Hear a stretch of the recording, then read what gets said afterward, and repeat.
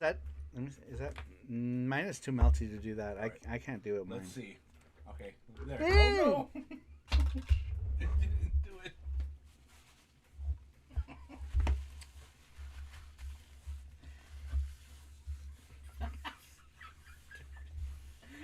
Jesse won this one in Japan.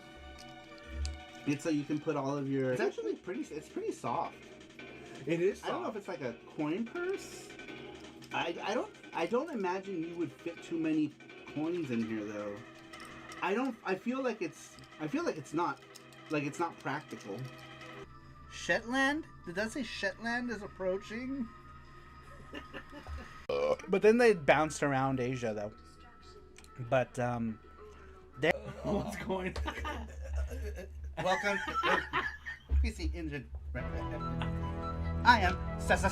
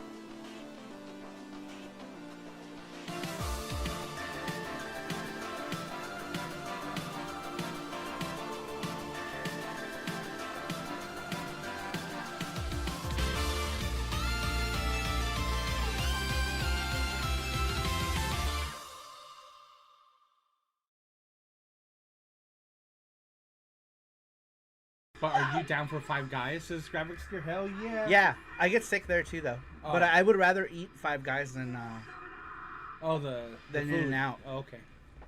Oh yes, the food.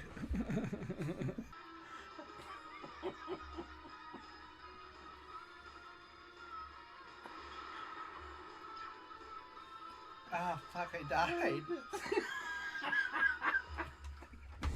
The tale of two ninja heroes. Are called to action. Their mission? To retrieve the sacred Jade Paw before chaos strikes. But can they save the land from the Shadow Kitsune gang? Call the ninja, hear the voices rise. Call the ninja, beneath the scarlet skies. Call the ninja, together side by side. Call the ninja, Pinocchio's pride.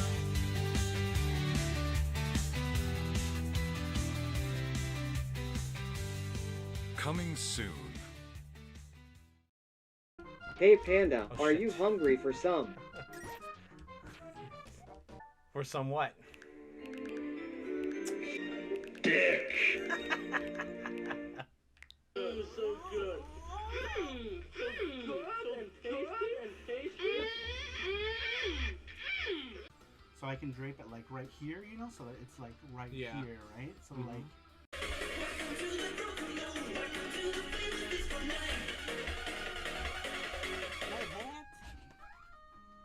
My hat. My hat. Monkey engine, ooh yeah, but this ain't Yuki, no, no, no, no. Monkey engine, ooh yeah, some weird monkey creature thing. Whoa.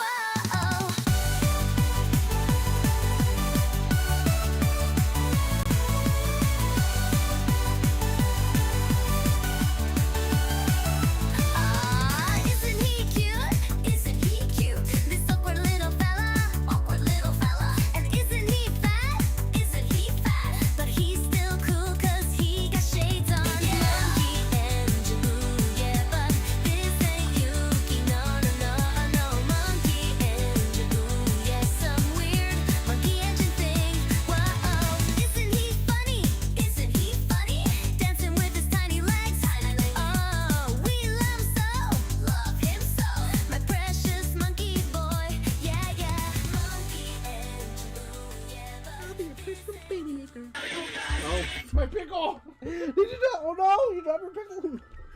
Oh shit, I missed this thing. I feel like we even mentally prepared for it, and yet we're still terrified by it. Jesse even said, she's like, no, he dropped his pickle. My pickle. Oh, his pickle. Jesse dropped his my pickle. pickle on the floor. I can get into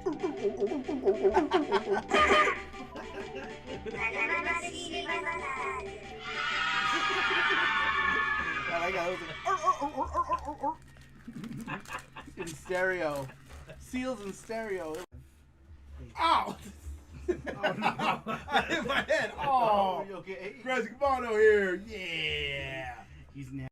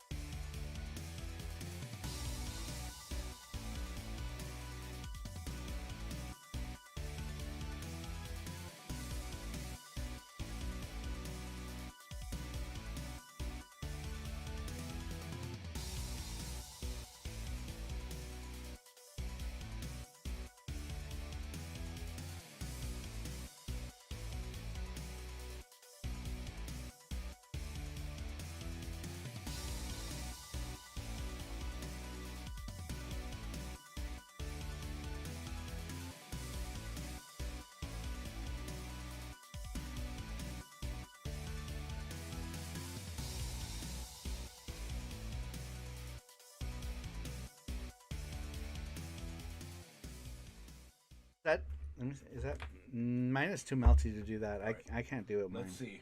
Okay. There. Hey! Oh no! It didn't do it.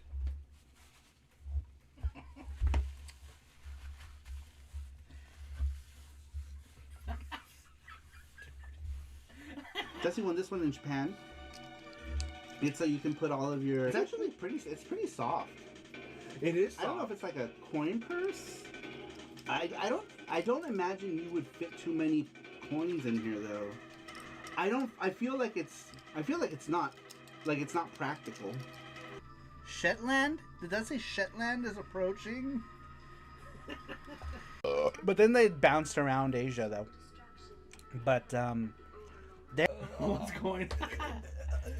welcome to PC Engine. I am Saru.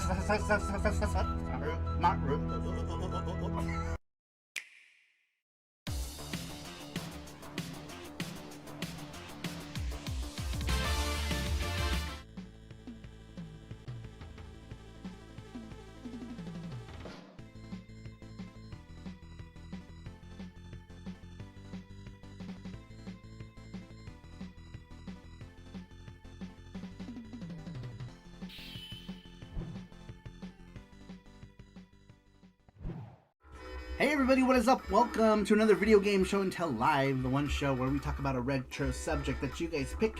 We answer the questions here together. It's kind of a community-driven thing. We've been doing this for years.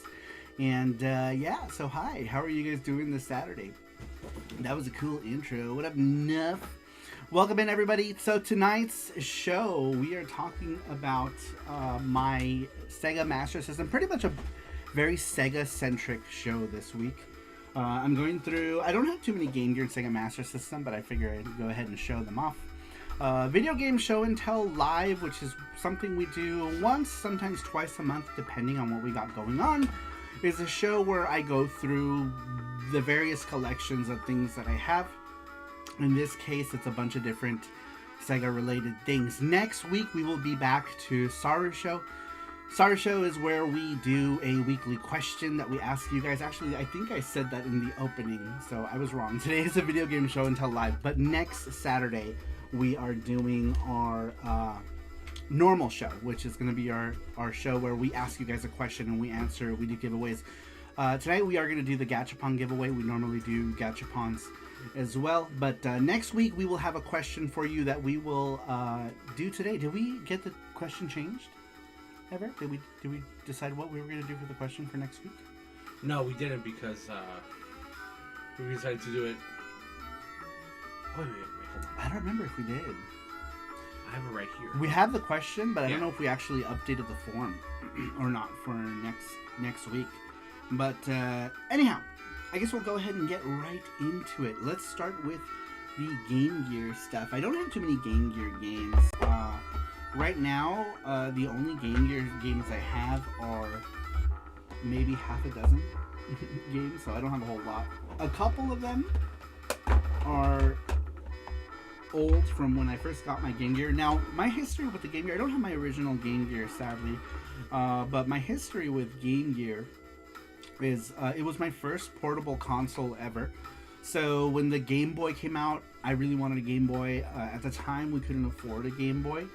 So I was like, man, when the Game Gear comes out, hopefully I'll be able to get it. And when the Game Gear came out, I ended up saving a bunch of money. I remember I got money from my dad.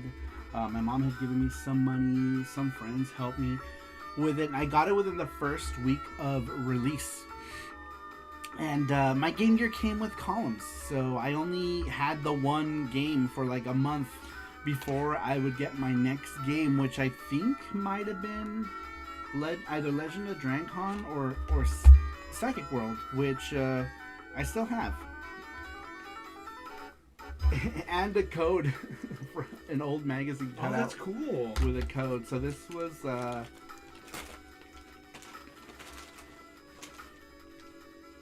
it's like the, what do you call it? Like a debug mode. You can pick whatever stage. And this is an old I want to say it's an EGM clipping. And so I keep that in here with the game itself, because it's one of the few things I have left that from that time. Gordos, welcome in. I'm here to start over. What's up, Johnny Graphics? Welcome in. How you doing? Radrick says tonight we dine in hell and eat Sega soup.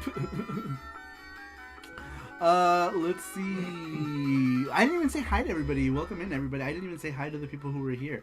Let's see here. Josh is here. Josh Fig says it's called Genesis, you plebs. What up, Josh? How you doing? Welcome in. He's an old friend from the old times. The olden times. Brian Trusty is here. He says, Sega. How you doing? Mega Drive does what Famicom ain't able. I'm about to blast process all over your face. All over this place. I don't know what. I'm a blast process all over your face. Up your mouth. Megasis says the Pope. The Pope is here. Also, chat blessings. Thank you for blessing the chat. Let's see here. The Pope says a fitting VGS&T tonight as I got the PS5 version of the final commercial Dreamcast game, Kairos. And we've been pronouncing it wrong. It's crows. Literally just crows, not Kairos. It really? I never do that. I always pronounced it Kairos. That's crazy. I didn't know that. Because when you read it, right, it's written in katakana as like Kairos. So that was supposed to be crows? Interesting. I never knew that. How funny. That was the last commercial game, wasn't it?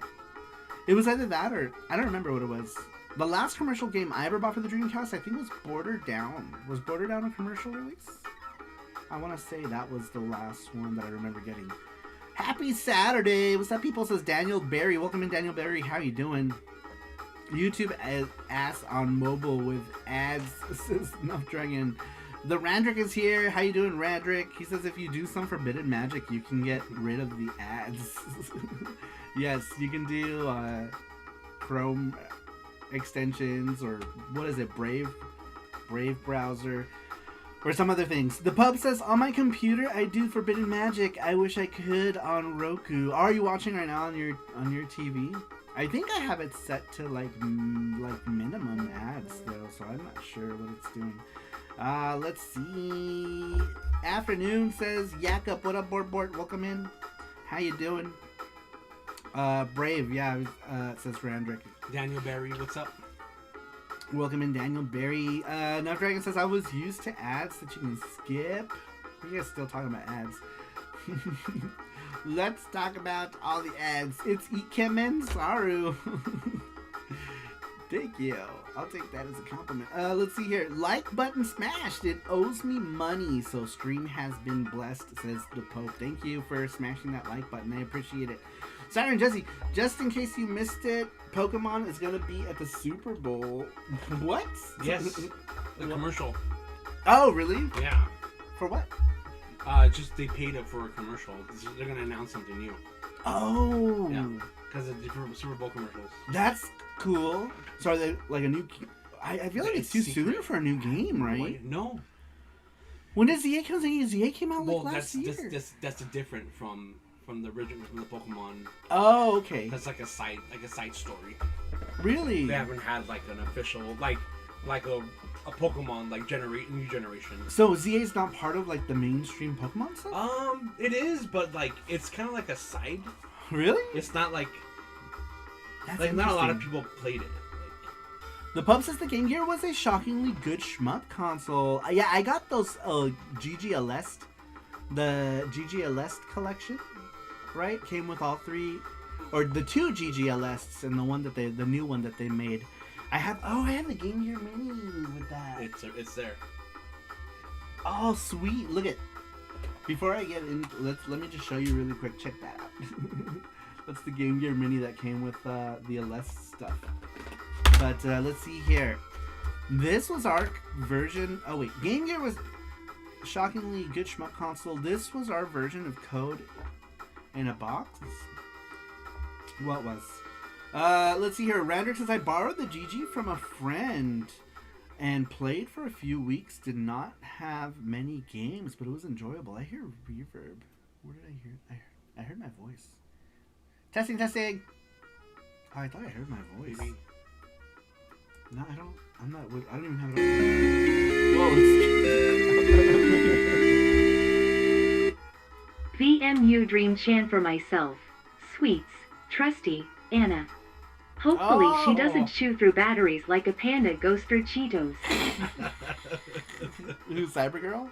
Cybergirl's gonna chew through the VMU? No, Anna. Oh. But I know he's talking about the. Oh, I see. Dream Chan VMU. So this is the charm. I completely forgot about the charm. This is the charm. Remember you guys talked about it, and who gave me the idea? Somebody. We were talking about it. Somebody was like, "Oh yeah, we should do."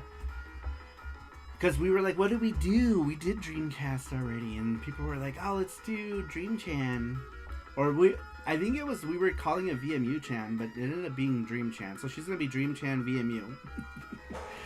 But yeah, that's what we're doing. This is the acrylic charm that we're doing tonight. Thank you, Matthew, for pretty much almost single-handedly sponsoring the charm once again.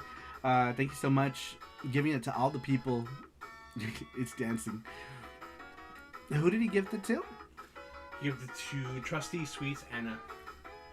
Very cool. Thank you, Matthew. I appreciate that. Man, that's so cool of you. And welcome in Anna. She's our newest member. Is Anna here? No, I'm just saying. Oh, yes. Anna is our newest Patreon member. So thank you very much, Anna, for joining Patreon. I really appreciate it. Anytime you guys join Patreon, it helps us out a lot. She joined the Saru Print Club, which the majority of people are on from our Patreon. So Saru Print Club is basically every quarter, so every 3 months, you get 3 prints from me, which equals up to about 1 art print a month. You get a letter and you get a sticker. The letter usually talks about what's going on behind the scenes. And like I said, each print is pretty much comes out to 1 new art print a month, but I send them out every quarter. So that's why we send out 3 prints. So you get 12 prints throughout the year. Usually the art is something that you guys vote on. So in the Discord, we'll go ahead and put a bunch of options and you guys vote on what artwork you want to see.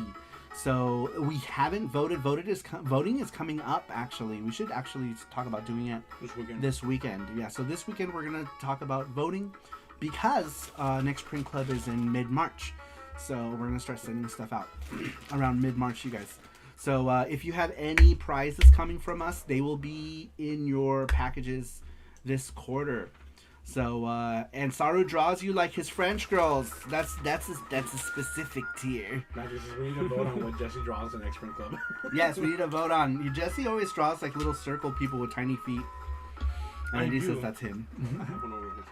Randy says, "Oh yeah, I had the Alest Mini GG, Saru. It's probably worth a lot now. You think so? Man, I've powered that thing on like twice ever. So I don't even know. It's such a cool little thing though. I love it. It's very cool. What did it come with? It came in with that Alest collection. Remember, I bought the box Switch version of the Alest collection, and it came with the magnifying glass. This piece you could only get if you bought the special edition of it. You had two, right? No? Yeah, we had a regular. I bought but we whatnotted it or something. I don't remember. We had another GG. We had like one of like Sonic or something. I don't remember. I wanted the one that had Sylvan Tail on it, but I ended up getting one of the other ones. I was gonna say, if this thing is still has a charge, I would have been super surprised. But the back's got like a sticker, like the GG Alest logo with the girl from Alest. Very cool. And then of course it's got a place for a charm, and of course the charm I put on it is my little Game Gear charm. Do you guys remember that? Look at how cute it is. Oh, Matthew says I got Alest from Saru and whatnot. This is Matthew. Which one? I got Alest from Saru. Oh, I had bought both versions, right? Didn't I? I bought because I thought it was gonna go up, and I was like, man, this will make great trade fodder or something, but it never did, or something. Did it? I don't remember. But I did. Was it the PS4 one? Did you get the PS4 one from me? Yeah, PS4. Okay, I thought so.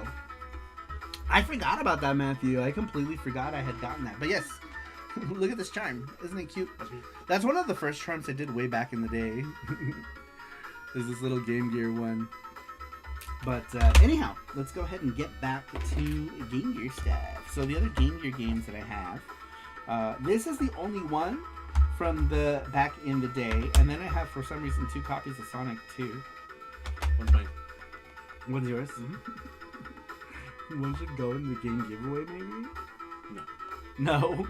Well, one's just yours. Yeah, okay, yeah, one's Jesse's. We could put it in the big box.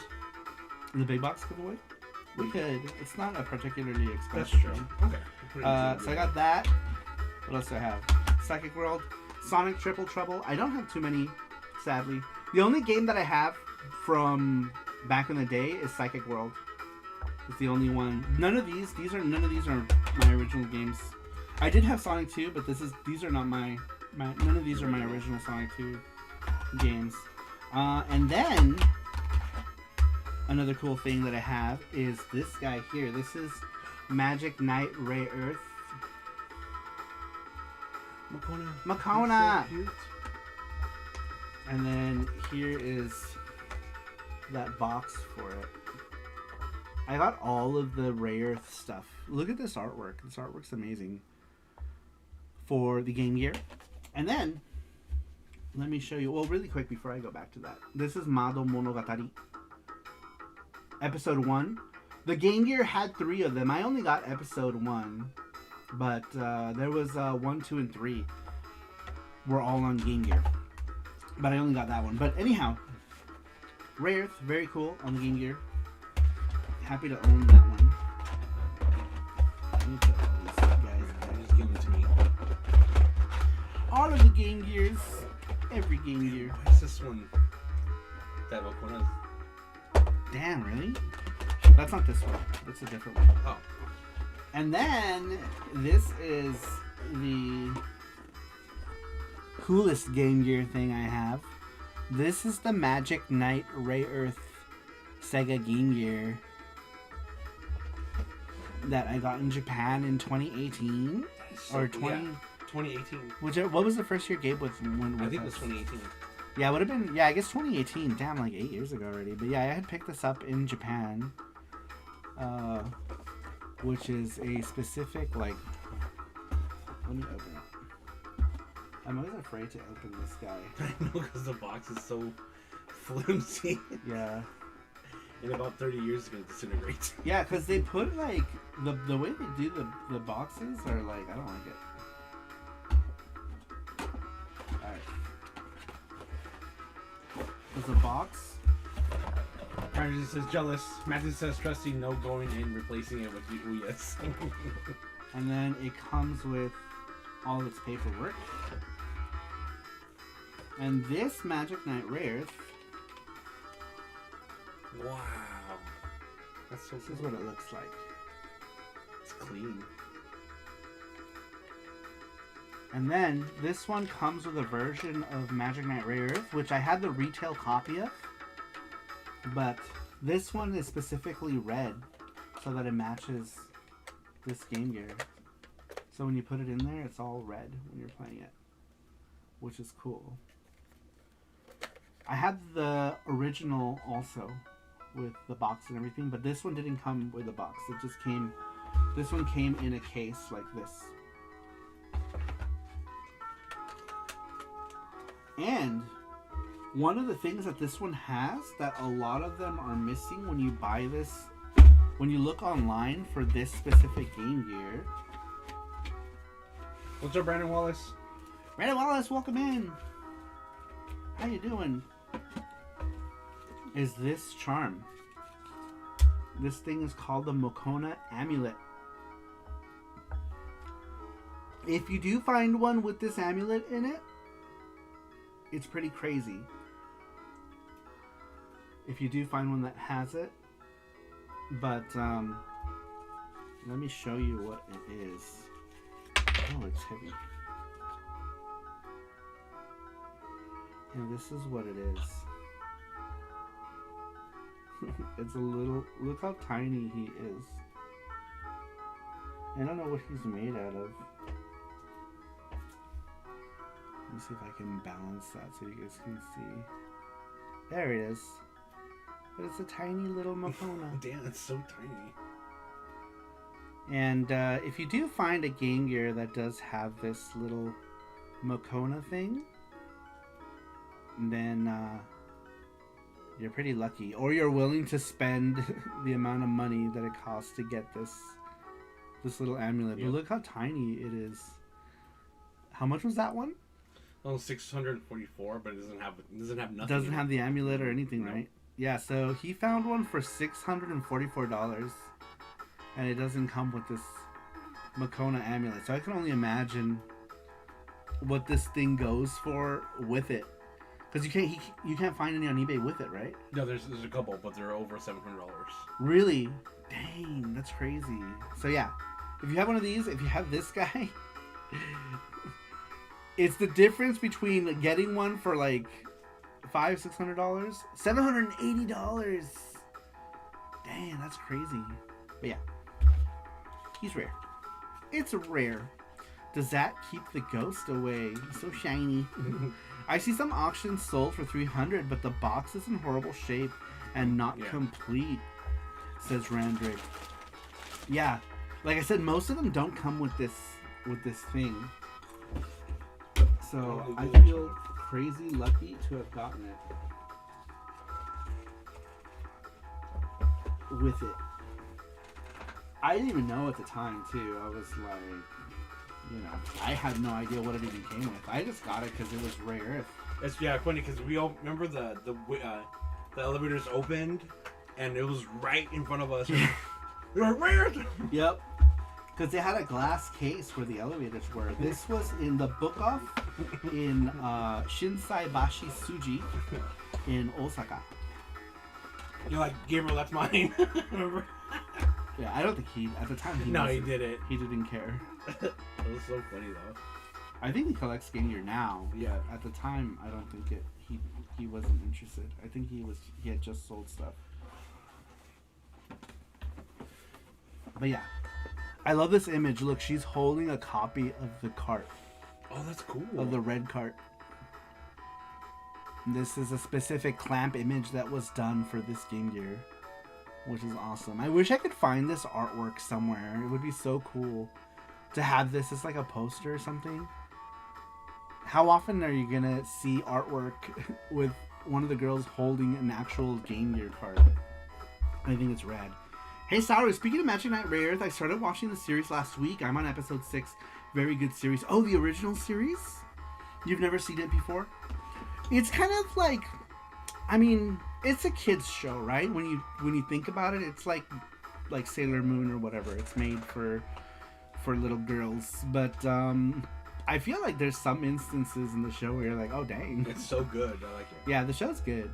It's really good. Never skip the intro. Never. I know, we always watch the intro. Yeah. That's one of the shows where like you can listen to the intro a bajillion times, in my opinion. But the Japanese song though. I mean the Japanese version. yeah, I mean the not the US anime dub. Ugh, God, it's gross. You know who did a good job with the dub of the song was the Saturn English version, which was funny. Yeah, the Saturn English dub song is pretty good, and then you listen to the Ray Earth song in English from the Western dub. Ugh. It hurts my brain. It hurts my brain. Matthew says, is M2 doing the Game Gear games in Yakuza Kiwami 3? Oh, really? I didn't know that.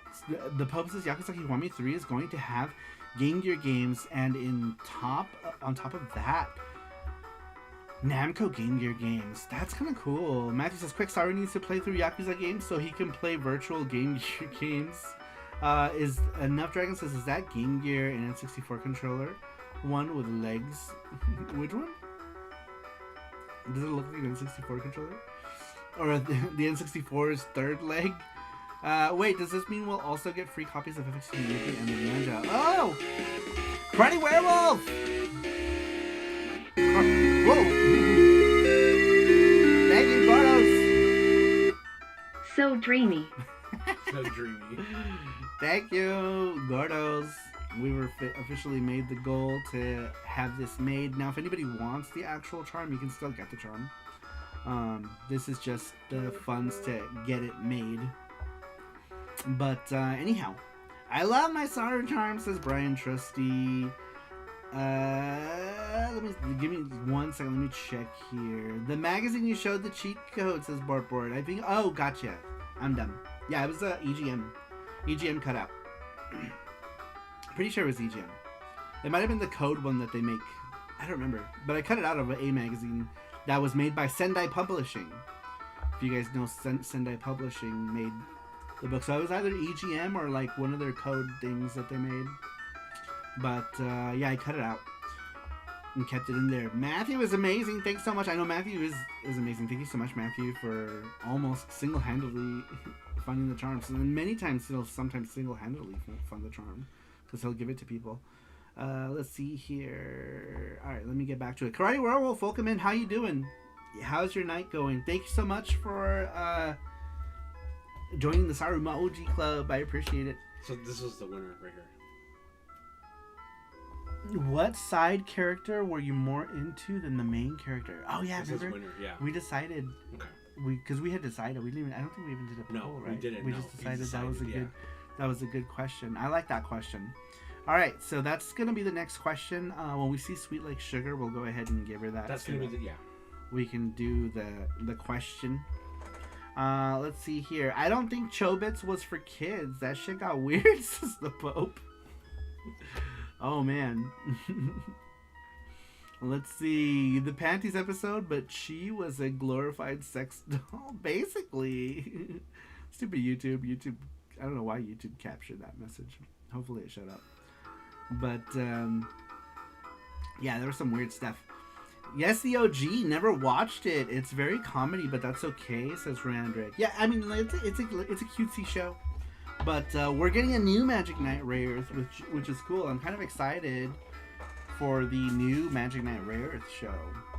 But yeah, this is like one of the big thing. The big thing. All right, and then that was all my Game Gear stuff, including this little guy, which is cool. I think that was all my Game Gear stuff. I think I have some more games somewhere, but who knows? Who knows? I'm trying to think what games I didn't show off, because I've got a couple other ones. I think I have like Donald Duck. I like Lucky Dime Caper or some other one. No, it was for Game Gear. All right. Now, let's get into my Master System games. I've got Double Dragon. I think this is my only loosey-goosey. All my other ones are in boxes. I don't have too many Master System games, but we'll go ahead and go through the Master System stuff If you guys don't know, the Master System looks like this. As a kid, I never had this original one. I had the vacuum cleaner. Are you guys familiar with the vacuum cleaner? That was my first Master System. I never had this OG one. But I had a friend who had it. I was like, oh man, the Master System's so cool. Dude, I used to sing the praises of the Master System back then. Trying to convince people that it was better than the NES and all this other stuff. But Sonic Game Gear games, Saru? Yes, I have Sonic 1 and 2. I have Sonic Triple Trouble. Sonic Drift. That's what it was, remember? Sonic Drift. We have Sonic Drift as well. I have Sonic Drift. I have Super Monaco GP. I don't know where those are, but yeah, I have those games. But anyhow, this is the OG Master System. My original Master System was a Master System 2. I only bought this back in 2014, 2015. So this is a more recent acquisition. It's not quite that old. My Master System 2 is long gone. But when I was a kid, I had a Master System 2, and my friends, everyone always said it looked like a vacuum cleaner because like the top, like if you ever saw like the top of a vacuum, it looks like the Master System. But anyhow. Let's get to some games. Double Dragon was my loosey goosey. Yeah. Let's go through some stuff. This one I have in cart now. Oh, we need music. We need music. Somebody give me a Sega thing, and I'll play it. A Sega. In the meantime, we'll do Alex Kidd music. I was just typing that. Alicia Dragoon. Oh, that's a good one. Alright, we'll listen to one Alex Kidd track because most of the music in these games is enough to make your ears bleed. What the fuck is Alex Kidd? And Miracle. Puyo Puyo.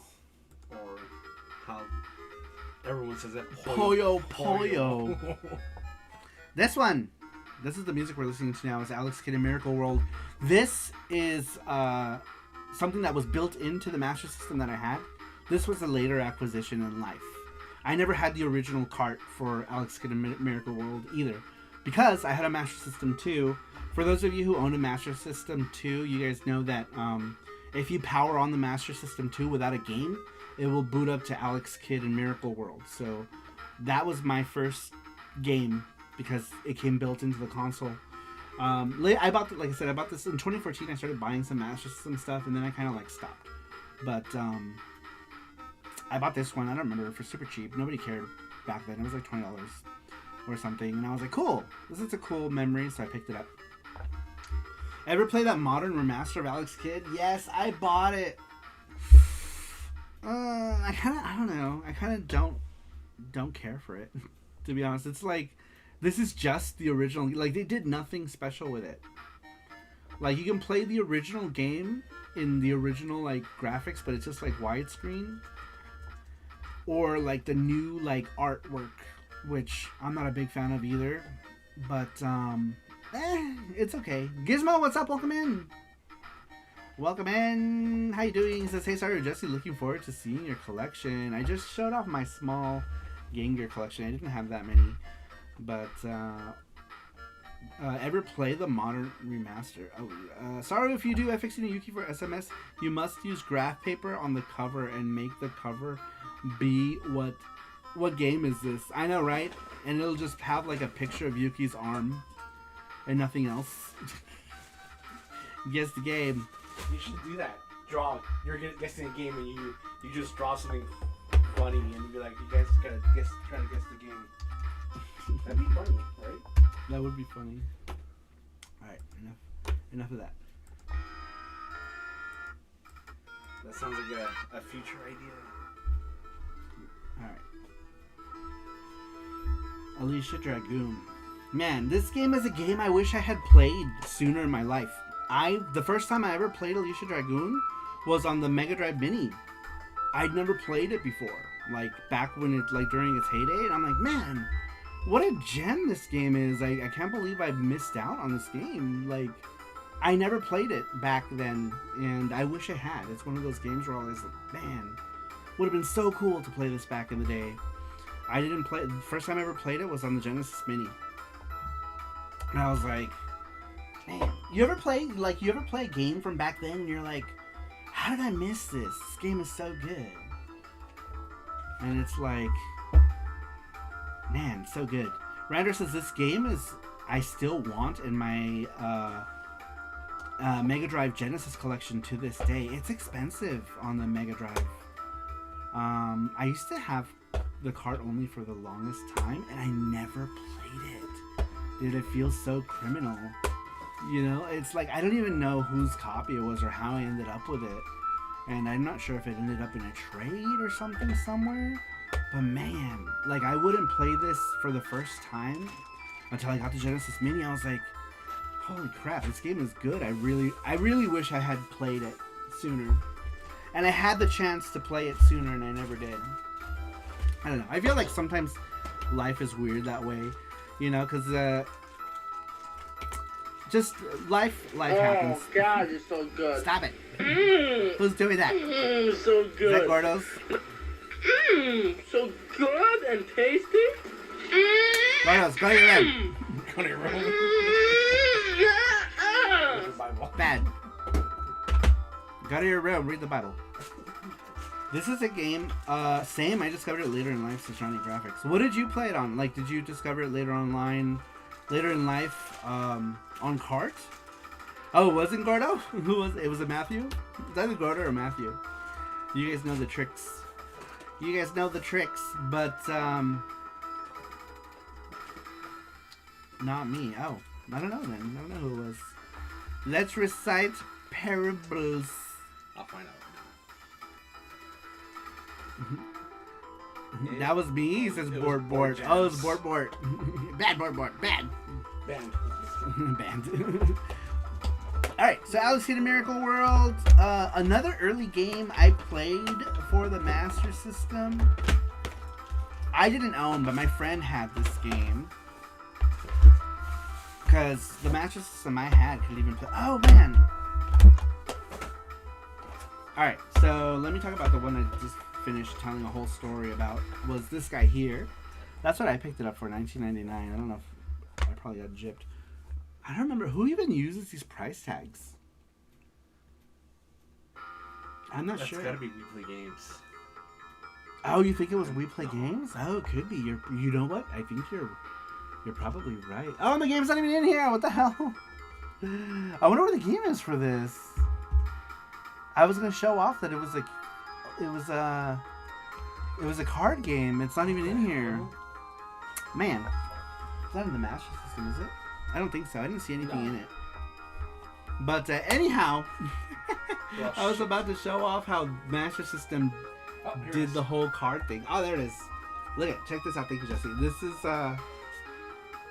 what the cards look like on the Master System. And when I said my friend had it and I couldn't play it, it's because the Master System 2 didn't have a card slot. You could only play these if you had the OG Master System. And this was done as like a cheap way for them to make games. Kind of like how the TurboGrafx did their games. These are much more flimsier though than the TurboGrafx ones. The TurboGrafx ones were very solid. Like these are just like basic like stickers. They're not as nice as the Hue cards that Hudson did. Cardi Werewolf says, what's your favorite anime retro game adaptation? Ooh. Holy cow. Was Magic Knight Rares? Was that before or after the anime came out? After. Well then I would pick that. Yeah, Magic Knight Rares. Ooh, I guess it depends on how far we're going. You know what I mean? Like, so if we're going as back as like Super Famicom, I would have to say Ranma. Ranma is like one of my favorite animes from back in the time. And Sailor Moon on the 3DO. The game is known as Ranma 1.5 Hard Battle. I had gotten the Japanese one at the time, which is Bakuretsu Ranto Hen, or Exploding Neighborhood Battle. I think that's what it's called. Bakuretsu Ranto Hen. Yeah, Explosive Neighborhood Battle. That's probably one of my favorite games. And the story of it kind of sucks because I had taken the bus like hours from LA to Tarzana to pick it up. I had called before, and told them, okay, I'm on my way to go get it. And I went down and I got there and they had sold them. Do you guys know the magazine Game Fan? It's Die Hard, the people who made Die Hard Game Fan. So I went all the way down to Tarzana to get this game.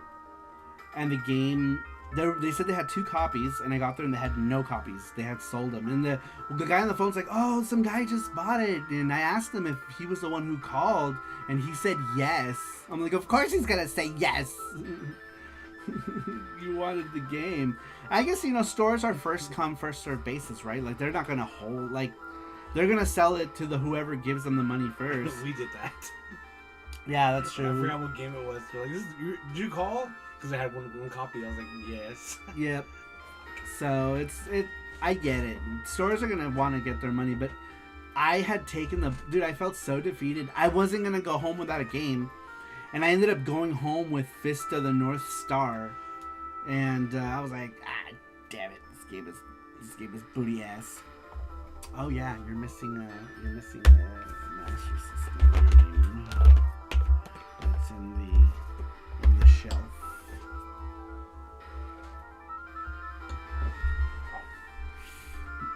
Let's see here.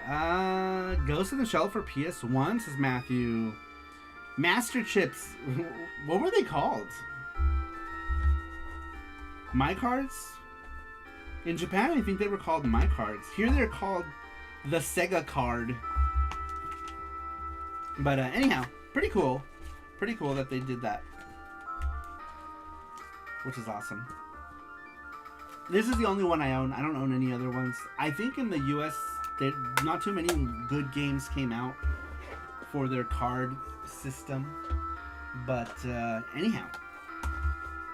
This one right here. Man, this is a game I did have back in the day. This is not my original copy. None of these are my original copies because I got rid of all my Master System stuff. So these are all stuff I repurchased later. But this is one that I had in the collection when I was a kid. It was Wonder Boy. And man, I spent so much... like this and Adventure Island, this looked so much better than Adventure Island. Adventure Island was what got licensed to Hudson, right? By Westone. Westone made both Wonder Boy and they made Adventure Island. And Sega owned the Wonder Boy name, but they licensed it out to Hudson, and Hudson made Takahashi Meijin Bokenjima, which is Master Takahashi's Adventure Island. And I did play a lot of Adventure Island. I had Adventure Island as well for the NES. This always looked so much better. It looked better, it sounded better. It was just the overall better game. At that time, later on, Hudson would make more Adventure Islands and they would get better and cooler.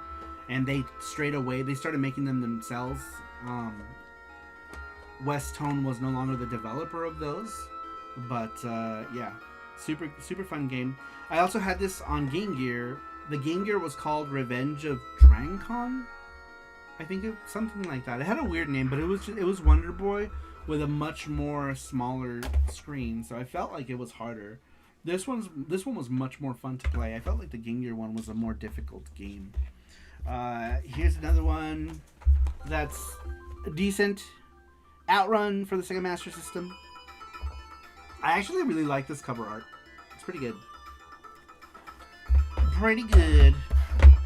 Why did they make it like graph paper? That was just the thing. And then when they did the Genesis, they followed up with that. Except that they did it black. It was black with like the gray. Yeah. The gray one. Oh!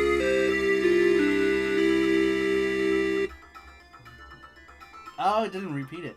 It said, for Saru to complete his East playthrough, every East game on the Twitch, he needs to play the Master System one. I will if you want me to, Matthew. If you want me to play the Master System one, I'll play the Master System one. For Saru to complete his Wise playthrough through every Wise games on Twitch, he needs to play the Master System one. If you want me to play the Master System one, I'll play the Master System one. I never even thought about playing that on the Master System. But, yeah, if Matthew wants me to, I will someday. I'll do it for you, Matthew. Maybe next Sega Mega Monday. I'm trying to think, what would we play it on? I guess the Mister. The Mister, yeah. Yeah, we can play it on the Mister. I guess we can do that, because I don't have, like...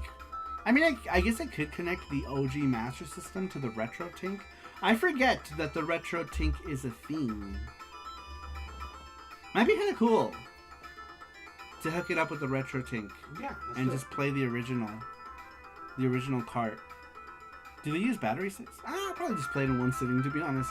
But anyhow, next is this one. This is Spellcaster. This is the, is this the first version of Kujaku-o? So in Japan, there's an anime called Kujaku-o. And this one was the first game, and then the Mega Drive got the sequel. I did have this on the Mega Drive. I think my Mega Drive copy went to Matthew during our Whatnot days, which is already like 3 years ago now. But this one was the first version of that game. Wow, it was, damn. This was the first version of that game. And plays pretty similarly.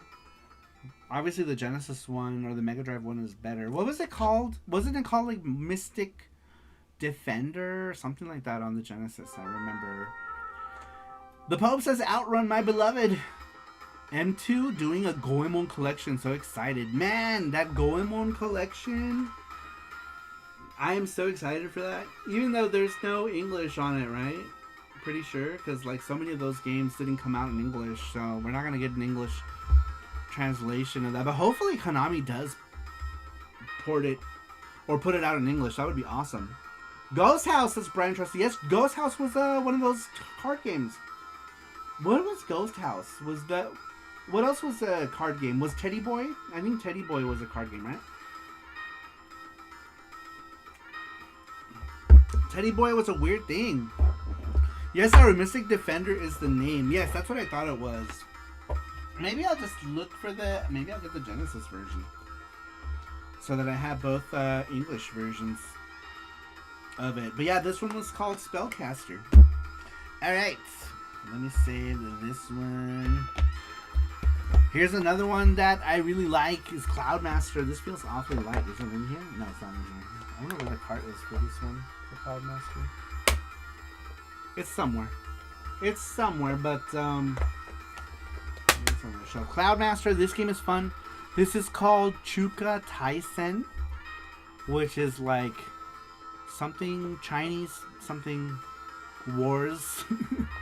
This actually, it's so funny because this got a sequel on the Wii many, many years later, and it was called The Monkey King. Did anyone play The Monkey King? Many years later, we got a sequel to this. This is a pretty good cover, I think. Look at that awesome airbrush artwork. The guy is wearing some sort of kung fu thing. It's not a bad cover. It's pretty decent. Same thing with Spellcaster, actually. Spellcaster has a pretty decent cover as well. It's got some actual artwork. Granted, the artwork has nothing to do with anything that happens in the game, but it's fine. It's fine. Alien Syndrome for the Master System. This is a game that I played so much in the arcade. And then Master System version was okay. I think the NES version was kind of crap. I think that was... Who made that one? Tengen? I think Tengen might have put it out. It's fine. It's okay. It's not bad. I feel like this one is better than the NES one. Look at the dust on it. But, it's alright. It's an okay game. Kung Fu Kid. Here's one that I had in the collection back in the day. This one, is an interesting game. It's a fun little, like, action, 2D, side-scrolling, kind of platformy a little bit. You're using this... You're in control of the Kung Fu Kid. Jumps around really high, kicks a bunch of stuff. You beat up stuff like kyonshis and stuff, like those little like Chinese ghost things. I don't know what they call them here, but you know what I'm talking about, right? Those like zombie things with the talismans on their head. This is one I did have back in the day. A lot of fun. Once again, not my original copy. None of these are... I didn't keep any Master System stuff, so unfortunately I can't say that any of this stuff is from my past, because it's not. But I was happy to be able to rebuy the stuff. Penguin Land, here's another one that was fun. That's me. As well. Just as it's him. Look at how derp this penguin is. Best art. He's just looking at the cracked egg and he's like, oh well, My baby. shit happens. But this is kind of puzzly kind of action game. It's pretty fun. Kung Fu Kid, I'm not familiar with at all. Yeah, it's kind of like an action game. It's pretty fun. My Hero also was an arcade game. Man, actually, that's one thing I should have mentioned about My Hero. My Hero is kind of like a really early beat 'em up, I want to say. This was around the time we had stuff like, I think before Renegade, we got My Hero. I remember playing this in the arcade back in the day. I used to play a lot of My Hero in the arcade, and it was like a 2D kind of beat 'em up, kind of like, you know, Spartan X, Kung Fu, whatever you want to call it, Vigilante kind of thing. Early on. Look at this guy. He's like, why does it look like he's laughing? He's like, yeah, punch me in the face, daddy. It's such a weird cover. But, yeah, this game was a very early kind of beat 'em up back in the day. Matthew says, it's like artwork Saru would have done. Maybe. Let's see here.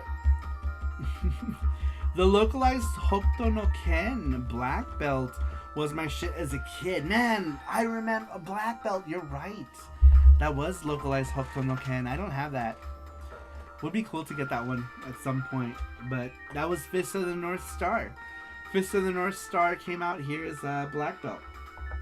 And they put him in like... Didn't they put him in like a karate gi and stuff? But the Master System also had some aftermarket stuff. This is the only aftermarket Master System game I own, which is Sydney Hunter, with the Acclaim logo after Collector Vision acquired Acclaim. And Collector Vision, one of the Collector Vision's properties, now Acclaim, is Sydney Hunter. And this is the Master System version. This is pretty decent. I would go as far as saying that the Sega Master System version of Sydney Hunter is better than the Super Nintendo version. I feel like the Super Nintendo version is kind of broken. But I don't know who programmed that for Collector Vision at that time. But it's not very good. But this one's alright. This one's okay. Let's see here. The localized Hokuto no Ken black belt. They made it a little easier too. Added power-ups, changed some bosses. Oh, did they? Was the Japanese one super hard? I'm not familiar with the differences between the what was it, a Mark III game in Japan and the US version. I have no idea. That's interesting to know though. Brian Trusty says, I have to get to bed, but thank you for the best stream. And Matthew for the donation. Thank you, Matthew. Yes, and thank you for donating towards a charm. Good night, Trusty. For Brian Trusty. Good night, Brian Trusty. Brian Trusty. Alright, the last game I'm going to show off is Ys, of course. I never owned this. My first version of Ys was not this. A lot of people are like, oh, you know, I started with Ys on the Master System. I did not, because I didn't give a shit about Ys, because I didn't know what Ys was at the time. So when the TurboGrafx CD version came out, I didn't even get it in the beginning, because I didn't own a TurboGrafx CD until 1992. So, and I wouldn't discover what Ys was until 1991. I always saw it in magazines, and I was like, what is Wise? You know what I mean? I never cared for it because I didn't know anything. I was ignorant as to what Ys was until one day I went to Little Tokyo and I saw it playing on the TV, and I asked the guy what it was, and he told me that, you know, it was Ys on the PC Engine, and he told me that I can get it on the TurboGrafx that I can get it on the TurboGrafx CD, and I made my point to get a TurboGrafx CD after that. And so in 1991, I got a TurboGrafx. In 1992, I got the TurboGrafx CD. In 1993, I got the Super System card, and so on and so forth. But I bought this one at some point. I don't remember when I bought this. Probably back in 2014, 2015, when I was collecting Mega Master System shit. I don't remember paying that much for this at that time. I'm pretty sure it was, I don't know, 40, 50 bucks maybe. Which at that time still seemed kind of like a lot. I'm not sure what it goes for. I think I paid something like 40 bucks for it back in like 2014, 2015. It might even come from Zia Records or something, or maybe it came from Retro. I don't remember. I think honestly. it was Zia Records. I think so too. I want to say this one came from Zia Records back then. And Zia Records was kind of new still at that time, right? They were new to us at the time. Y-S. We need to go back to Zia Records. Anyhow, we need to go back to Zia. We haven't been to Zia in a while. I feel like sometimes you get lucky and find some good stuff at Zia Records. But anyhow, I bought this game on the Master System. I had never played it. And then I played it. I played it before I got this actual version via emulation. I'm like, man, this game sucks. I don't like it on the Master System at all. Once you play it on the TurboGrafx, I feel like you can't go back and play like something like this, or the Famicom one, right? Like I got the Famicom one, man, and I was like, man, Famicom one sucks ass too. This was actually my first Ys game, says Randrick. So Randrick is like old school. See, I didn't discover it.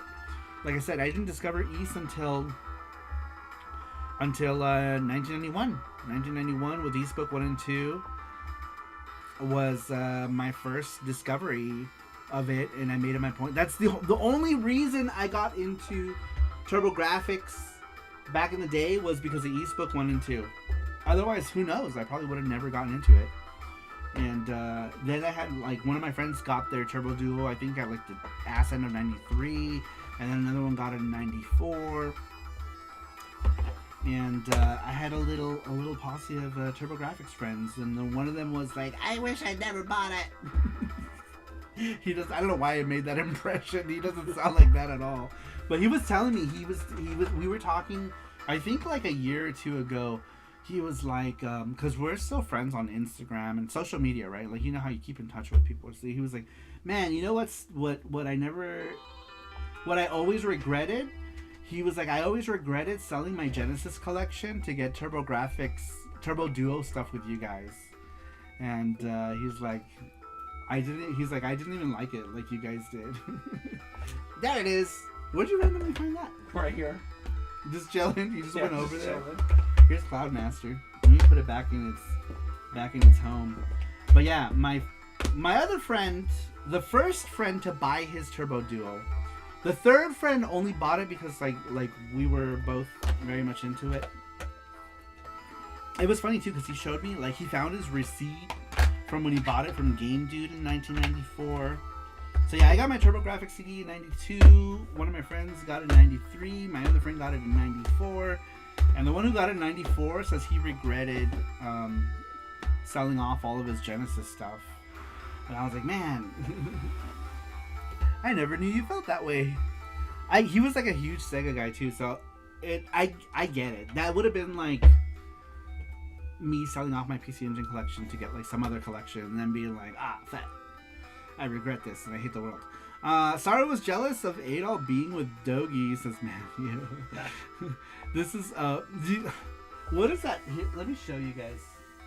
Where's my Ys 3? Where's the manual? Do we know what the manual for Ys 3 is? I need to show them the manual. Did I put it on my Ys shelf? Dude, Adol on the Genesis version of Ys has like luscious long hair. Is any of my Ys 3 Genesis stuff over there? I want to show you guys. Remember, I have the manual was sitting around here somewhere because I was showing. Why was I showing the manual off? Did you take a picture of it?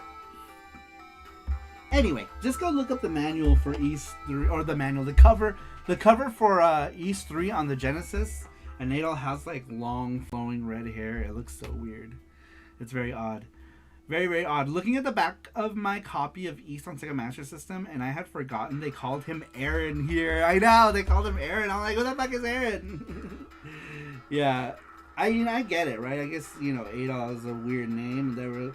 Some exec was like, Was it on the Mega Drive? No, it's a Genesis. It's Genesis. Could be back there. Genesis can't do shit on Nintendo.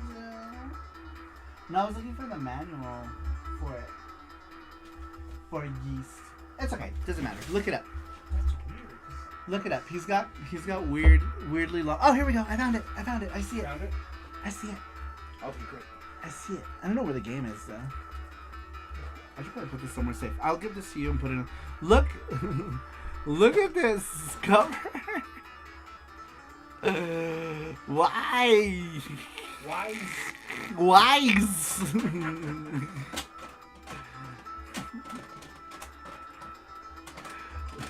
I'm just gonna leave it on this picture for the rest of the stream. We're just gonna talk about it. It's just gonna be this one. Oh yeah, that needs to go in the East shelf. In the yeast shelf. But look how funny this is. Come on. Beautiful hair. Those eyebrows mean business. Says Johnny Graphics. That's Adol. What? Why? Says Matthew. Yeah, this is what he looked like on the cover of East 3. I actually really like this version of East 3 though. It might be my favorite one back then, because I remember that the TurboGrafx CD one gave me back. The music was cool, the cutscenes were good, the dubbing was absolute ass. But at least it had cutscenes, right? But man, I couldn't get over how choppy it looked. And I remember playing it, and I used to get really bad, I used to get tension headaches playing East as a teen. East 3, the romance novel. Right? It does. It looks like those like smutty romance novels. That's not Adol, that's Albio. Albio. That's funny. It's the Peggy Bundy Valis of Adol. That's true, you're right. Rander says the last boss on East 3 on MD can fuck off. I'm not even sure how I managed. That's so true. The turbo version, I remember the turbo version giving me a hard time too. Is it like the same Saturn? No, the East 3. Yeah. Galbalan, the last boss in East 3. Because you have to put on like that pendant, and something. You got to do a couple things. And the pendant is kind of like in East 1 and 2 when you fight Dharm and you have the shield ring. In East 3, you need that pendant. I forgot what it's called. I don't know. I gotta go through it at some time. You can cheese the TG16 version. You can. You're right. You can. You can keep doing like the down thing, right? Like you're jumping up and you like. There's a way. Yeah, you're right. There is a way to cheese Galbalan. You're absolutely right. Gordo says it. They were going for a barbarian look. Yeah, I think they were. You're right. Adol's mom says not true. But anyhow, those are all my Master Systems. That was the last one I had to show. Was Yeast. What did I show already? Next is Mega Drive. Where am I? Mega Drives. Where am I? What's my name? Who am I? Do you want to do? Yes, this one. That? This one next. Okay. Yep. So when you're done, just put them in here. All right. Let's go through some stuff on the Mega Drive.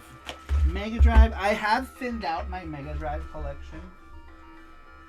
I pretty much only kept stuff that I really wanted to keep. But yeah, I have thinned my Mega Drive collection down. Let me put these in some sort of order. Bacon cheese tubes. Oh, since that's not Adol, that's all. Okay. That's albino. Albio, you know, like Fabio. Like Fabio. Doing Gacha-kun today or waiting until next Saturday? We're gonna do it after. Should we do it soon? Here, I'll start it now. Yeah, we can start doing it. Yeah, let me do the thing. We can start doing it. Press 1 if you wanna be in the Gachapon. If you want to be You can be. We could all be. You can be. I can be. I'm a bee. I'm a bee. I'm a bee. I'm a bee. We. It's just. What is this? I guess just the goodies that it came with. The goodies. Oh, we have some Genesis stuff in here too. I don't know. Should I show off Genesis stuff? I don't have that many Genesis stuff. Genesis? Genesis. Well, just show off the Mega Drive. Genesis. What? Genesis. You got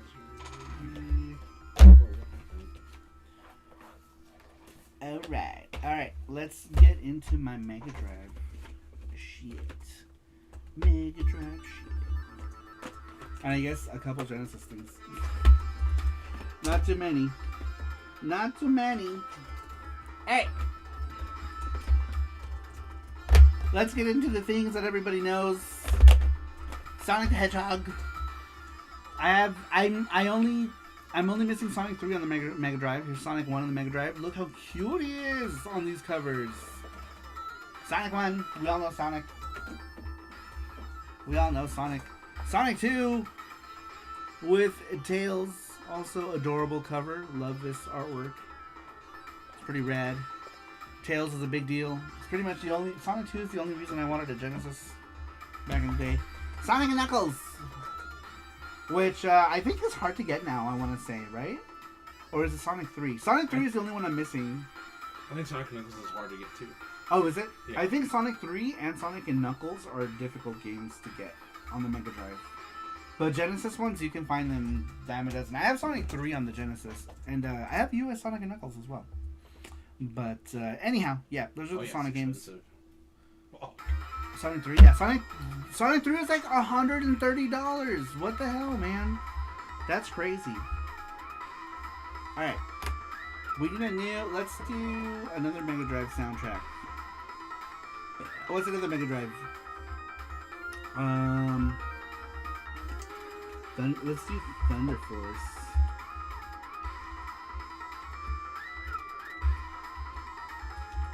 Thunder Force.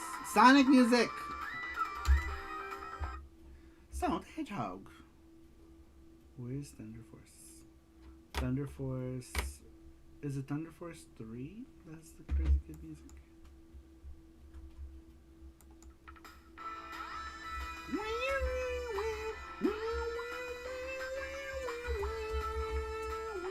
Okay, so this...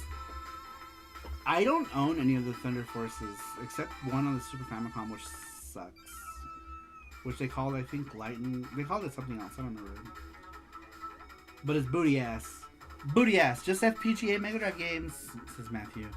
Oh, hell yeah, Thunder Force. Alright, next one is the Super Shinobi. This is Revenge of Shinobi. Here in the US. This one was... I got this in Japan in like... I don't remember, like 2016, 2017. It's not that old. It's not that old. And I got it for cheap. Oh man.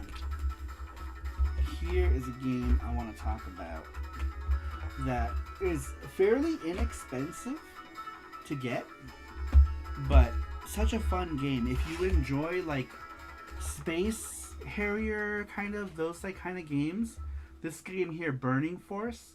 First off, look at this artwork on the cover. Tell me this isn't absolutely amazing artwork. I freaking love this art. Like, the attention to detail is pretty rad. She's like a... It's Booty Hope. Anime girl on bike, and then you like get into like a ship, which is cool. This is a game I've always liked. I've always liked this game. It's a lot of fun. I have a bunch of loosey-goosey stuff. I'm not going to show any of the loose stuff for Genesis. I just have too many. I have too many loose games, so I'm just going to show off all the box stuff. Ooh, I love Burning Force. It's my favorite Space Harrier-like game. Man, I'm trying to think what's my favorite Space Harrier-like game from that time. It might even be, it might be Burning Force. It might be. Yeah, it might be Burning Force now that I think about it. If you were to ask me now, it's that Ashura. Have you played Ashura Striker on Steam? I really hope it gets a physical on something. I really hope it gets a physical on either Switch or PS. I don't care. Probably PS5 because the graphics would be better if. Hopefully it did. I did. It's not bad. Yeah, I bought that pretty early on, and it was a fun game. Gotcha for Brandon Wallace, Nuff, and Rams. Now Gotcha insisted of one. I bought a brand new copy of Genesis like 10 years ago. I didn't pay much for this one either. I don't remember how much mine was used, but it was very cheap. One of my trips to Japan, I remember it was like, I want to say like 3,500 yen. It wasn't a lot. It was cheap. It was cheap in Japan. Probably like, at that time, it was probably like $35. It was like 100 yen to $1. Yes, because one is also Juan. Gardos as well. Alright, but anyway, that's a cool game. It's a cool game. I feel like it's still a cheap game. Here's another cheap game that's kind of fun. Marvel Land. If you like old school Namco platformy stuff, it's pretty neat. It's kind of hard to play because it's like momentum driven action game. You know, like you kind of like, you have to like run for a little bit. I kind of don't like that, but I really like the style of the game. And this artwork, look how good this artwork is. Man, what a nice, have you seen the artwork for the US one? It's kind of bad. He looks weird. But it's not terrible, I guess, for the time. But this artwork is way better. But this is another game that's also, it's also pretty cheap to get nowadays. Very colorful. I love the colorfulness of this game. But I'm bad at this game. I don't know why. I can't get games that are like momentum driven jumps and stuff. I'm just bad at it. Hi, Scruffy. Scruffy, welcome! He says, hey, I just refurbished my MD version 1 yesterday. What MD consoles you got? I have the MD1 with the Sega, with the Mega CD. I don't know if you can see it. Can you see it? Probably not. See above the ROM amp? I had the Mega Drive 1 and the Mega CD 1. And I think that's it. I only have the OG Mega Drive, but Genesis, I have the OG Genesis. I have a Genesis 2, I have a Genesis 3, I have a Genesis CDX, and I did have this original Sega CD, but I cannibalized it to save my Mega CD, because my Mega CD motor stopped like working, so I took out like the whole drive, the drive part of the Sega CD, and I moved it into my Mega CD because I thought the Mega CD was more important than the Sega CD. So I was sad. I step away for 1 minute and everything changes. Brand new.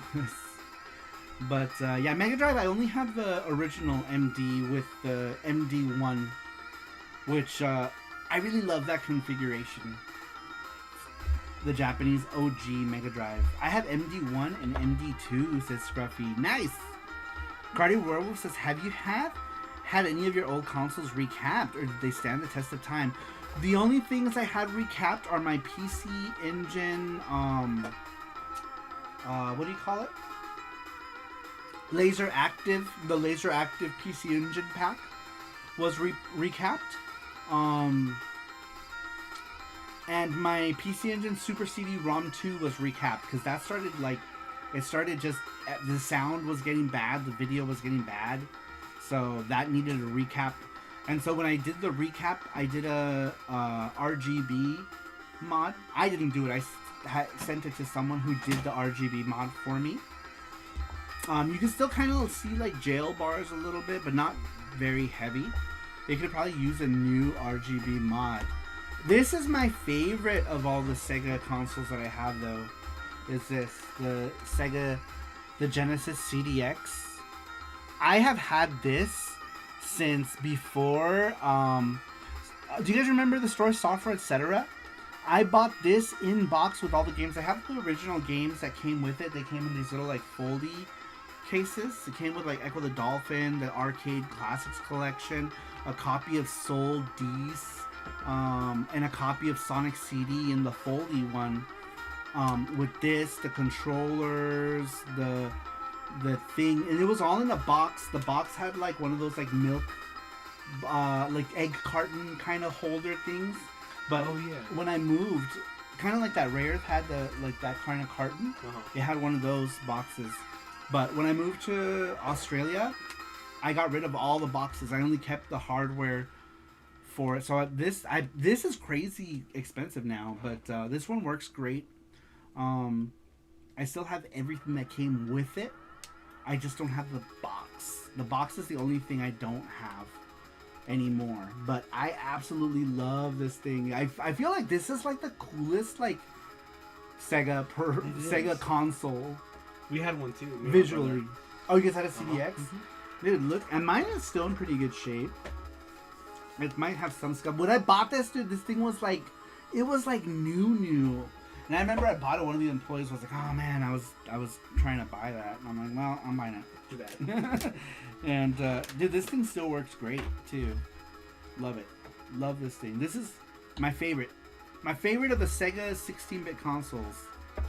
That's so cool. It's a scruffy. Matthew says, use that as a portable CD player out in town, Saru? No, because at that time, like, because I didn't buy that till like 1998. So it's like I had I think I had a mini disc player already by this time. So yeah, at this time it was like there was no need to use it as a portable CD player because I was still using MDs and I had a Panasonic tape player too that I used a lot as well. It's worth a small fortune now. I have no idea what those are worth. But yeah, at that time I was already using an MD player. I bought my MD player in like around the same time, 1990. Dude, I was so bad. I still am bad with my money. What am I talking about? I was always bad with my money. I'd always buy like all these stupid things, and then struggle for like rent and stuff. Let's go to Japan. I know. Now it's not like that with toys. Now it's more like that with Japan. Every time I have any extra money, I want to go to Japan. We'll meet you at Japan, Scruffy. I know, man. We oh god, we.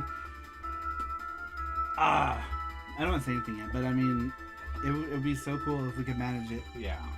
It would be so cool if we could manage it because we're due for a Tokyo trip. We haven't been to Tokyo in so long, so we're due for one just to go and see Scruffy and Inubase, and then we'll probably go and do other stuff, not in Tokyo. Like we went to Aeon Mall that was like in Narita, just and we were like literally the only we're only foreigners. I always hear people say stuff like that in videos. I'm like bullshit, you know. But we were literally like the only like we were at like a local ass Aeon Mall, and it was a lot of fun. Yeah, we had so much fun at this Aeon Mall. Then we had a good time. There was like the food was good, you know. We ate there. We went to like the snack thing. They had like Gachapon. They had a Capcom arcade, right? Yeah, Capcom arcade. Yeah, they had a Capcom arcade, and it was cool. It was a really good time. But anyhow, let's get back to my Mega Drive stuff. Here is again Mado Monogatari. This is the Mega Drive version. This got translated as Sorcery Saga for the PC Engine. Did this get a translation in English? I don't remember if the Mega Drive one did or not. But this is my favorite version. And people are like, really? Over the PC Engine one? And I'm like, yes, because the battle system in this one is way better. It changes up the battle system from any Mado Monogatari game where you're normally dungeon crawling and you do all your battles in that like weird like first person dungeon crawler view. This one plays the battles out in like this cool like 2D mode that's kind of cool that I really like. And this one even has commands in it, kind of like fighting game commands. They don't quite work the same. Like the timing is a little weird, but once you get the timing of how the special moves come out, it's a lot of fun. I'm not sure. I didn't pay a lot for this game. At the time I bought it, it was not an expensive game. I don't know if that's still the case, but this was probably around the equivalent of $60 at that time. But I really like Mado Monogatari. I got into like Puyo Puyo because I listened to the Puyo Puyo guidebook back in the day. Like this would have been like 1994. I bought the Puyo Puyo guidebook and it came with a mini CD by the composer Katsumi Tanaka, and I fell in love with the musical arrangements of it, and that's how I found out about Mado Monogatari. I didn't know that at that time there was no internet, right? So I didn't know Mado was a thing until I bought that Puyo Puyo guidebook and I got that music CD. So it's just crazy how things work. It's a good version though. If you have a means to play it. It's a good ass version. All right. This one is, like I said, if you have a Space Harrier-like game that you want to play Burning Force. Space Harrier 2 was... This cover is cool, but man, did this game suck. I feel like it's just bad. If you've played it, you know what I'm talking about. But man, this game was not good. I've been waiting to get Mado Monogatari game on the Switch. The original one. I highly recommend the Mega Drive version if you can still find it for a decent price. Damn, $700 for the CDX? Yeah. And that doesn't even come with the games? Dang, $800. Dude, the CDX is going for... Controller. I almost threw up in my mouth. But yeah, Famicom. If you get any one version of Mado, this one is so good. This one's my favorite version of it. Famicom of Mado, even more so than the PC Engine version. I'd like to own the PC Engine version at some point, but it's so expensive. And honestly, the game is like, I don't know. I don't like it as much. This one has a banger version of the Tryout, which is the dungeon theme. So good in this version. Highly recommend. Anyway, Space Harrier 2 is a heaping pile of shit. Don't play it.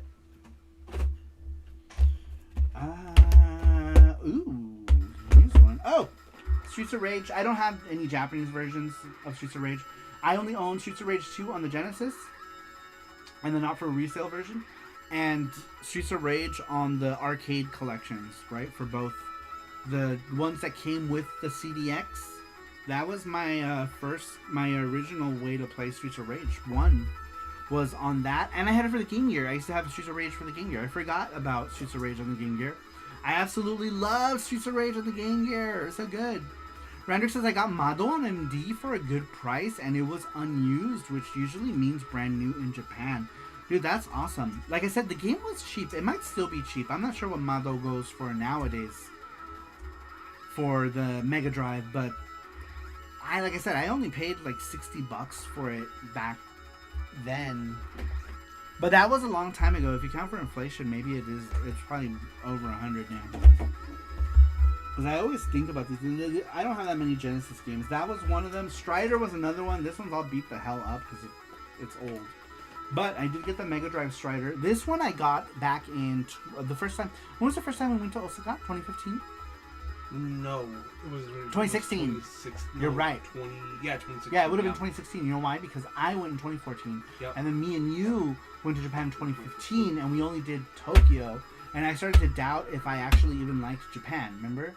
And then we went back to Japan, and we started in Tokyo, and then we ended up going to Osaka. And then I was like, oh my god, I love Japan again. It's great. And so I got this in 2016 from A2. Damn, 10 years. Damn, time goes by so quick. I know. I got this from A2. It was like 2,500 yen at the time. It's funny because A2 is the same store, you know. Just more expensive. It feels different, though, yeah. Because everything's like way more expensive. But yeah, I have the US version. Look at this freaking Ken Barbie doll kind of like artwork. looking like Ken. But anyhow, really good game.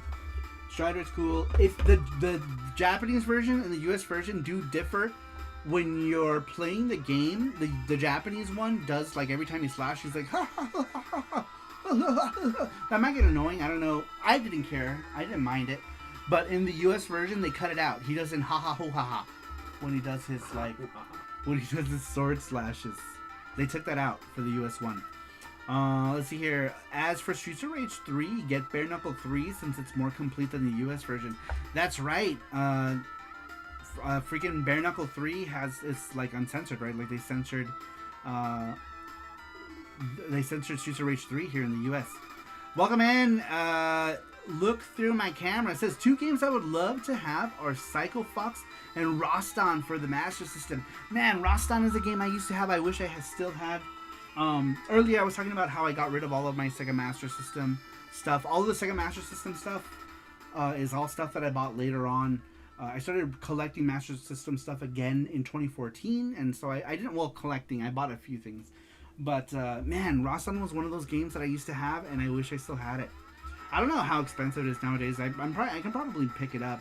But, yes, I absolutely love Roston. I love Psycho Fox 2, because I was also a fan of Kid Cool. Vic Tokai. I don't remember who made the original. Did Vic Tokai make it for Master System? They probably did. It's almost the same exact game, but Master System version is actually better because, like, it handles the way the screens transition better than the NES one. But yeah, Psycho Fox has an amazing cover art too. I love the artwork for Psycho Fox. It's so cute, super cute. Type gacha for Gachapon. Yes, guys, if you want to be in the Gachapon, go ahead and type in gacha. Every week we do free Gachapon giveaway if you are in the continental US. If you are outside of the US, we do either the what do we do for that? The sticker set or the Steam gift card. Steam gift card, yeah. Steam gift card, $5. Roston is so good. I was sad it didn't get a Mark III version. Oh man, you're right. It did not, right? But yeah, enter the Gachapon. If you are pulled from the wheel, like I said, if you're in the continental US, we do the Gachapon giveaway. If you're outside the US, we do either you can do like the sticker set, or you can do the $5 Steam gift card. But seriously, yeah. So it didn't get a Mark III. It's so funny because, like, what's another game that came out for Mark III that didn't get a US version? It was Rygar. Rygar was a Mark III Japanese Master System game that didn't get a US Master System release, and it's so good. It's so good. Same with Alex Kidd and Shinobi World. You're right. Alex Kidd and Shinobi World only came out in North America, in Europe, in Brazil, right? There was like the European version, which is the version that you're most likely going to run into if you find Alex Kidd and Shinobi World. It's almost always going to be the European one. For reasons. Alright. Moving on. Oh, Shadow Dancer. I forgot to talk about this guy. Shadow Dancer. Another Shinobi game. This one is a lot of fun. If you're into the old school kind of Shinobi gameplay style of the original arcade, this is more like that style, right? Like you're doing like platforming, one-hit kills, except this time you get a dog. But if you're into like the classic arcade style Shinobi, this is right up your alley. They changed things up with the Super Shinobi, right? They gave you like all these different weapons and stuff. They changed it up quite a bit. But this is still a fun game. I want to say I like this one better than the arcade. I kind of remember the arcade being kind of crap. Maybe I'm wrong. But I don't remember liking the arcade version. And then when this came to home on the Genesis, I was like, man, this is a pretty fun game. But I remember playing this in the arcade, and I was like, man, this game kind of sucks. But maybe I'm misremembering. But I do remember I didn't really like it all that much. Alright, let's get into some more oddball games. Here's another game that I got really cheap, which is crazy because like the PC Engine version of this game is super expensive. That is Tatsujin. You try to get a copy of Tatsujin for the PC Engine, you're easily paying like, I don't know, $300. somewhere around there. I don't know why the PC Engine version of this game is so much, but I don't. It's the only of the 12 plan games that I don't have. Should get it. Is Tatsujin. But I don't know. Get that kind of money. I don't have that kind of money. But anyway, this one was like 4,000 yen. I don't know why the Mega Drive version is so cheap. But it is. This is Truxton in the US, for those of you who might be familiar with the US version. It's called Truxton. Truxton in the Americas. Yeah, the arcade one kind of sucks. Yeah, arcade Shadow Dancer is not that good. I didn't like it. Did not like. Alright. Here's a game that's kind of odd. I'm sorry. That might have been really loud. Sorry, you guys. Here's a game that is kind of an odd one. This is called Battle Golfer Yui. This is about this game. Okay, talk about a game that has an ending where you're like, what the fuck? This game is an odd game. You're this girl named Yui, and like, I don't know. It's a kind of a convoluted story for a golf game. This guy puts on like some golf tournament at like a mansion to get like all these like girls together to play golf and smack butts. I want to say this looks like it almost looks like the artist who did Makeruna Makendo. I don't know who did this art, but do you guys know the game Makeruna Makendo or Kendo Rage? Doesn't that look like the same artist? Like the same style? I only just now realized that. It only took me 36 years to realize that. I don't know, kind of like Speed Racer too. Speed Racer. There's a game called Makeruna Makendo, and this kind of looks like that artist. Welcome in, Twisted. Twisted, what's up? Kendo Rage. Now that brings back memories, says Randrake. Doesn't it look like the same artwork, kind of? Now I need to find out. I don't even know, but I feel like it might be. I feel like it might be. All right, moving on. Next is these two guys. These are. Jesus, can I stop doing that? I'm so sorry, you guys. I keep dropping stuff. Let's see here. Sorry, I'm super late. I was helping a friend mod his OG Xbox. Nice. Nice. Very cool. This one, Garo Densetsu. This is the first Fatal Fury. This port sucks. It's not. There's way better ways of playing it, but it's interesting. But this one here, okay, this is Garo Densetsu 2. Aratanaru Tatakai. Fatal Fury 2. Fatal Fury 2 for the whatchamacallit? Fatal Fury 2. The Genesis version of this has an interesting, like, kind of like a combo system. It plays pretty good. I only discovered that later on in life that this played. I used to give this version so much shit. I'm like, man, this version looks like ass. Because I had the PC Engine arcade card version, right? So I felt high and mighty and superior to the other 16-bit counterparts. Obviously, if I had a Neo Geo, that would have been even better. But at that time, poor kids didn't have Neo Geos. They had the next best thing, which was either Genesis, Super Nintendo, or the PC Engine arcade card version. I had the PC Engine arcade card version back then, and I was like, man, this is the superior version. But after playing this one, I'm like, this one plays better. It's more fun to play. It looks shittier in terms of like graphics and colors. But let me tell you, this is don't sleep on this version of Fatal Fury 2. It's a lot of fun. It's a lot of fun. It's weird and quirky with its kind of like odd little combo system. It's pretty neat. I missed my complete Neo Geo collection. Freaking ex-wife. That's twisted. Oh no! Did you have a complete Neo Geo AES? Oh my God! Did you, man? You would be, dude. You could buy a house with the amount of money that you would get from a complete Neo Geo AES, dude. That's crazy. Wow. Matthew says, Saru, if he had a Neo Geo version back then, would be all the ports are garbage. Oh yeah, for sure. If I was, but I feel like that probably comes with a certain kind of person, right? Like, if you had the money to own a Neo Geo back in that time, I'm sure you were probably on a pedestal looking down at all the peasants playing their TurboGrafx or Super Nintendo versions of Fatal Fury 2. Dude, when I got the Fatal Fury, I bought my Fatal Fury 2 arcade card game with the arcade card and something called the Kisato Converter from a place called Turbo Zone Direct. It was like a mail order place that you could. It was like the place that in 1994 you bought like these like games with, in my case, money orders, right? You'd send them a money order. I remember I paid like $50 for the Kisato Converter, like $100 for the stupid arcade card, and like $60-$70 for Fatal Fury 2 for the PC Engine. It was a clean $200 something to be able to play Fatal Fury 2 at home. But when I got it, I'm like, this is the best version, you know, because I knew what it looked like. My friends had Fatal Fury 2 for Super Nintendo, you know, or Genesis.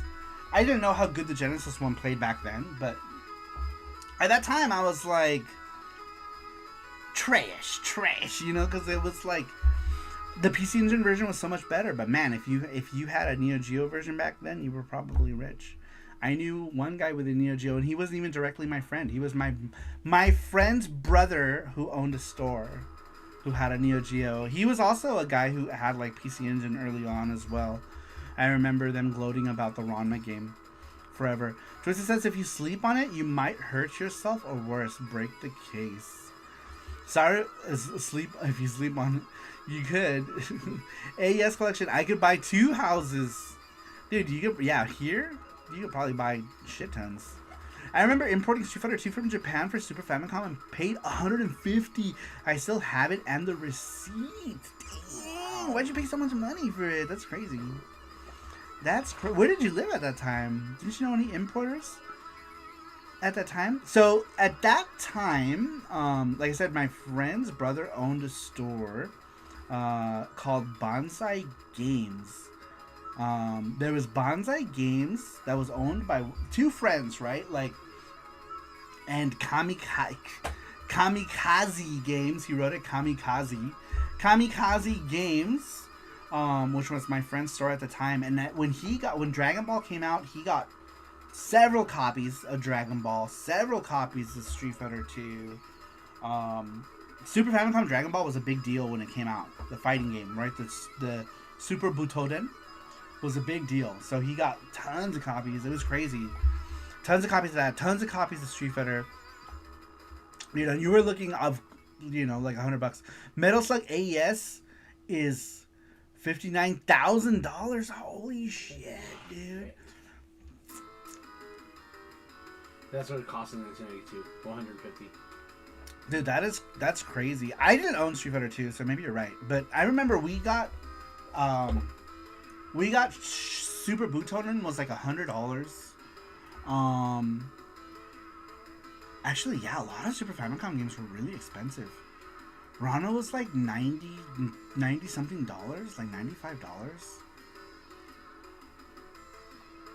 Yeah, a lot of games were hella expensive back then. Fist of the North Star 6 was a really expensive buy. I paid $100 for Super Butoden 2. That was pretty much like the regular price for for a lot of Super Famicom games at that time, right? They were anywhere like $100-ish. But man, I wonder if I still have the business card. I had a business card for Bonsai Games, which is one of the other stores that would get Japanese things for me. That was owned by my friend's brother's friend, who became my friend. Like me and Enrique became friends. My other friends bought stuff from this guy named Enrique, who owned Bonsai Games in Los Angeles back in the time. Let's see here. Just making sure I don't miss any of the chat. All right, but anyhow, Fatal Fury 2 on the Mega Drive, interesting, or Genesis, whichever one. What a ludicrous story, says Snapdragon. You should ask. All right, Twisted Valis. Pony Good Toys. Johan Plaza. Twisted, where did you live? Were you in Cali the whole time? Did you know of like like Japan Video Games and those places. That's where my yeah, Cali the whole time. Did you ever shop at Japan Video Games? That's where my TurboGrafx CD came from. They're kind of still around, but they're not in the same capacity.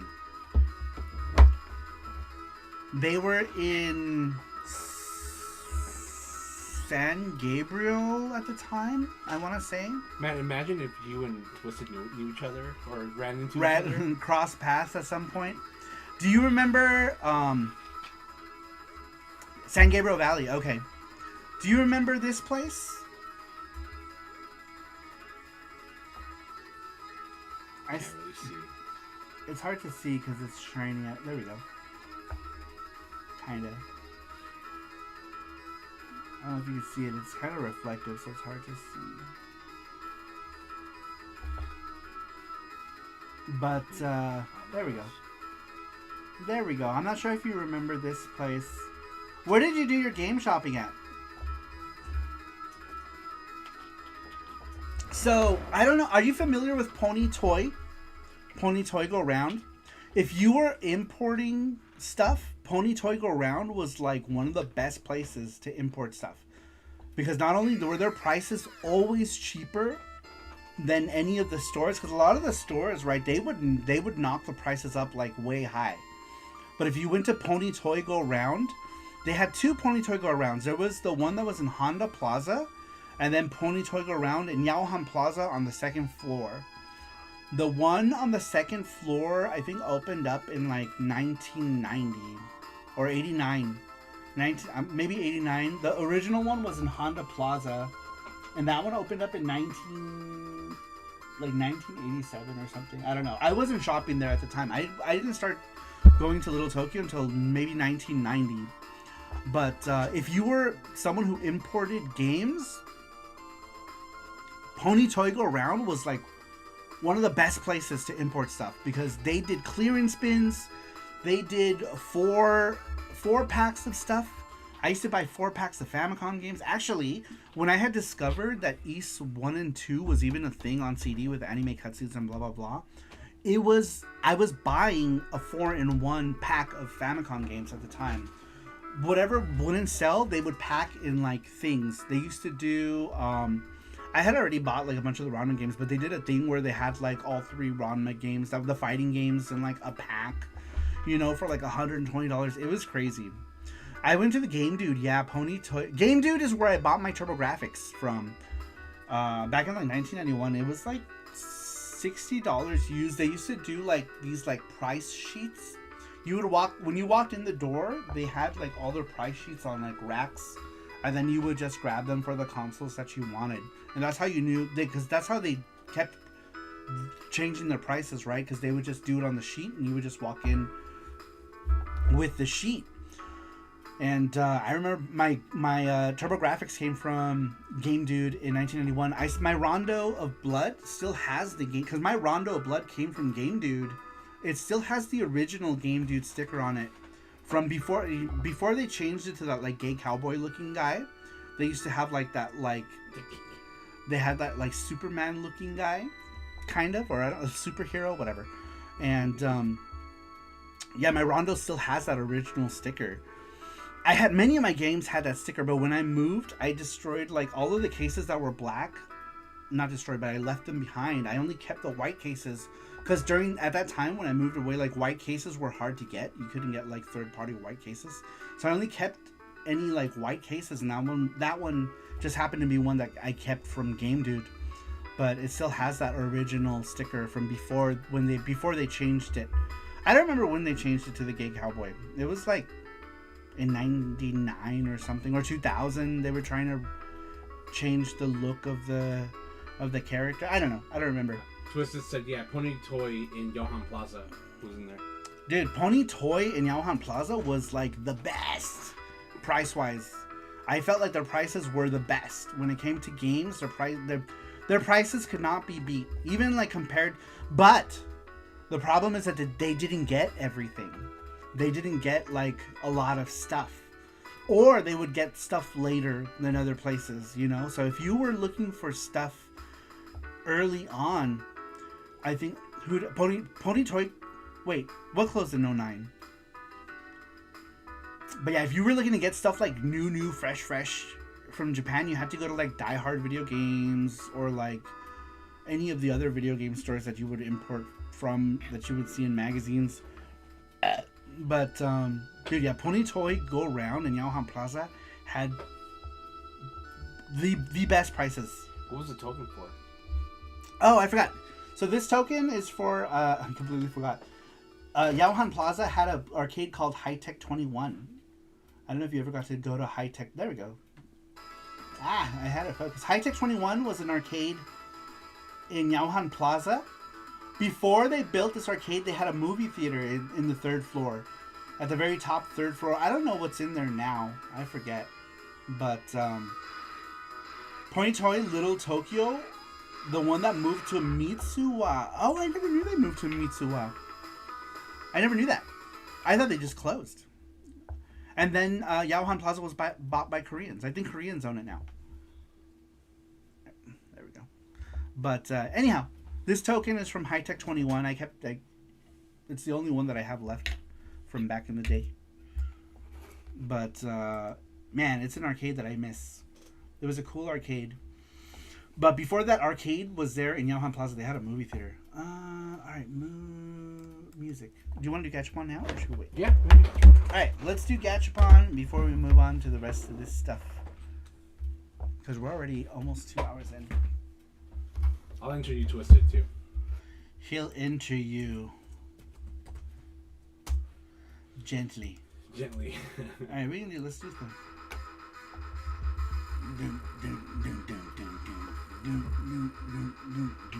Dude, Thunder Force music is crazy good. Crazy good. Yeah, they moved and closed in 09, sadly. I had a candy cab that was from that arcade. Oh, from High Tech 21. Dude, that's awesome. Entering you. It's funny because I loved High Tech 21. It was super cool. Super cool place. Shout out to Tony Lin. Tony, there was this guy named Tony. I haven't been able to find him on social media, but he was the homie from High Tech 21, and dude, he used to hook it up after we became friends. He would hook it up with gameplays all the time. I'd show up, and he'd already know what games I'd want to play. He'd just open it up and just flip a bunch of credits and then take off, dude. That's so cool. He was so cool. And he was part of our piracy. We had this whole piracy ring going on with PlayStation stuff back then. Hey, it was different times. But yeah, we had this whole we had started this whole ring of piracy back then. Now my morals are much different, but back then it was free reign, free game. It was a different time. Different times. Now I try not to pirate anything if I can help it. I try to do everything on the up and up. I try to do everything legitly. I don't pirate anime. I try not to pirate games if I can buy them, unless they're crazy expensive or whatever. But back then, dude, when you didn't have money, you pirated everything. Tons of my Famicom games were pirated. A lot of my games, my Hong Kong boots, it was a different time. So yeah, we had this little a little piracy ring going on back then with my friend Jay and Tony. I went back to the old way of piracy with how crazy prices are. I know it's kind of hard to stay on the up and up with that stuff when you consider how expensive it is to keep all these different services. Alright, well anyway, let's get back into the Gachapon. These are all of the people who entered tonight's Gachapon. If you are a member of some sort of box tier on our Patreon, you're automatically entered. And then everyone else is barely an advertisement.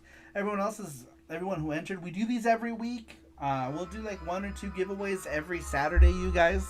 So we've been doing it for 6 years. We've been doing these giveaways. But anyhow, these are all the people who entered. Oh my god, it's crazy now. It's crazy. Alright, here we go. These are all the people who entered. Good luck, everybody. And remember, we do these giveaways every Saturday. This is for Gachapon. If you're in the continental U.S., if you're outside, we give you a gift card. It's Gordo. It's Gordo's. You do have to be here for the giveaway, though. So if you're here, you gotta let us know. We're old, Saru. I know. It's so crazy. Would you believe it's already been 6 years since we started doing like Saru Show and all these things? It might be closer to 7 now. Now that I think about it. Gordo's, you're the winner. Gordo. He's here. I'm super old, says Twisted. I know, so many, like, there's members in here who have been here since the very beginning. Randrick is one of them. Reluctant Hero. He's not here right now, but Reluctant Hero is still someone who comes regularly, who's been here since the beginning. A lot of them hang out in the Discord. I'm almost old enough to get coffee cheap, says Twisted. You're almost old enough to get that special. Hey, $2 matinees, $2 breakfast. It's always tell Saru, you're like 6 years away from getting your senior citizen. I know Jesse always makes fun of me, and he's always saying that I'm so close to getting my senior discount. Is Gordo's not here? Gordo. Alright, we'll give him a couple minutes. But yes, Gordo's is the winner. In the meantime, we can leave that screen up. I can use this side of the screen to show the games. Alright, next up is this guy right here. This is Magical Taruruto Kun. Or as it's said in Japanese, Magical Taruruto. So Taruruto is a fun game. This was made by the now Pokemon company. Not Pokemon company, but Game Freak. Do you guys remember when Game Freak made games for things that were not just freaking Pokemon? Game Freak made this game back in the day. They also made Pulseman. They made a bunch of stuff. But yeah, this was a fun little action platforming game. This is a game that you can get cheap. Sorry, I was watching Jack Doherty get kicked out of the Waste Management PGA tournament. What? Fun. That sounds like old man shit. Well, we're all old men. Let's see here. Scruffy says it's called the Silver Pass in Japan. Is that what it's called when you're old? Man, Japan must lose a lot of money, because how old do you have to be to get that? And Japanese people live to be like 132 years old. We're all old. Yes, old. Gordo's, you won. Pick a number. But anyhow, this is a game that's still pretty cheap. If you can find it. I found this game for like, I don't know, 25, 30 bucks. It's not an expensive game. It might still be cheap. But it's pretty fun. It's a pretty fun game. 69. Remember Pulseman? Sorry, I know Pulseman. Man, Pulseman is super expensive. But that's another game that was made by Game Freak. The same people who brought us Pokemon. Free for 3 weeks. Here's one. Alright, ball number 1. Oops, sorry. Ball number 1 is whatever this is. I don't know what it is. What is this? What is that? Ball number 1. Tim Tam! Why would Japan... It's such a weird thing for Japan to make. Every time I see this, I was like, did Japan even have Tim Tams? Why would they make... They probably do now. No, I've never seen Tim Tams there. Oh. So I find it weird they would make a toy about it. It's Japanese. It says Tim... Oh. Ball number 2. Alright, ball number 2. What ball did he pick? 3. He picked ball number 3. Ball number 2 is big prize. Dead hamsters. Dead hamsters. You win the prize of dead hamsters. Alright. Ball number 3, Gordo's. But Gordo's is SaruPro Elite, so he gets to choose any of the regular prizes, and he gets 2 extra balls as well. Gachakun is starting to die. I know. He's getting old. There it is. He's like 7 years old now. Alright. Ball number, what number are we? 3. Ball number 3 is this Puyo Puyo light up bracelet. It lights up. I don't know how it lights up. I think it's got a light. You can't see it. It's too bright in here. Oh, there we go. It's not too bright in here. It's a light up LED thing from Puyo Puyo. We need a Gachakun XL. Damn, that'd be awesome. I know. You mean like a real one? Like a real gacha machine? We were thinking about it in 2019, 18. Remember, we saw one for $250. Yeah, we were gonna get one. We almost got one. Almost got one. No, we didn't. All right, ball number 4. What is it? Ball number 4 is something I'm not sure what this is. What is this? This is a prize? Yeah. Oh, it's got the thing in it. Oh, there we go. Okay, I see it. It's from Super Mario. It's a leaf. There we go. All right, this is ball number 4. It's the leaf power up from Super Mario. So I guess I can just leave the leaf in there. Yeah. Because when I first pulled it out, I was like, "What the hell? A brick?" It's a mini Tenga. It's this rendering. It's a mini Tenga. All right. All right, bonus ball number 1, Gordos. Bonus ball number 1 is Kimba the White Lion. That's so cute. It's Kimba. I'm surprised no one's picked Kimba yet. Simba. Simba. Alright, last bonus ball. SpongeBall? SpongeBall? SpongeBall? Square Bobs? Alright, last ball is this. Oh, that's so cute. Check that out. It's Pac-Man. That's so cute! Look, it's like a blister. It's like a blister pack. Man, we should have got more of these. These are so cool. Yeah. It's like a blister pack with That's all the rage right now. Pac-Man lots goes. of like things with blister packs like that. Blinky from Pac-Man. Yeah. All right, Gordos. We have a Pac-Man one too. Oh, do we? Yeah. Should we put that in the gotcha one? I think it's yours. Yeah, but I mean, we can put it in the gotcha one. Okay. Would be cool. All right, Gordos. Gordos says, You can pick all of these balls. Let me show you again. So we had Pac-Man, we had Tim Tam, which is kind of lame, but I don't know. We got Kimba. We have Kimba. We have this Puyo Puyo glowing LED thing, and then we have this Mario thing. These are the 5 balls you can pick from, because one of them ended up being big prize. PlayStation mini consoles in Japan, all the rage right now. I know. I wish I could get one. I need them. I need the Pocket Station one, Matthew. I'm gonna ask Hige. I forgot to ask Hige. I should ask Hige. I'm gonna be like, I think Blinky. Blinky. Dude, I would have picked Blinky too. I feel like he's the best. He's the best one. He's the best one. All right, Blinky. Let me show him off one more time. Blinky. And we can actually take him out of the ball. Do you want to put him in a thing? Blinky. Gachapon for Gordos. Super cool. They're so well done. They are, yeah. Really cool. Kirby is possessed. Which girl? Oh, Kirby is possessed, and he's convulsing. Jesse, give me that Kirby.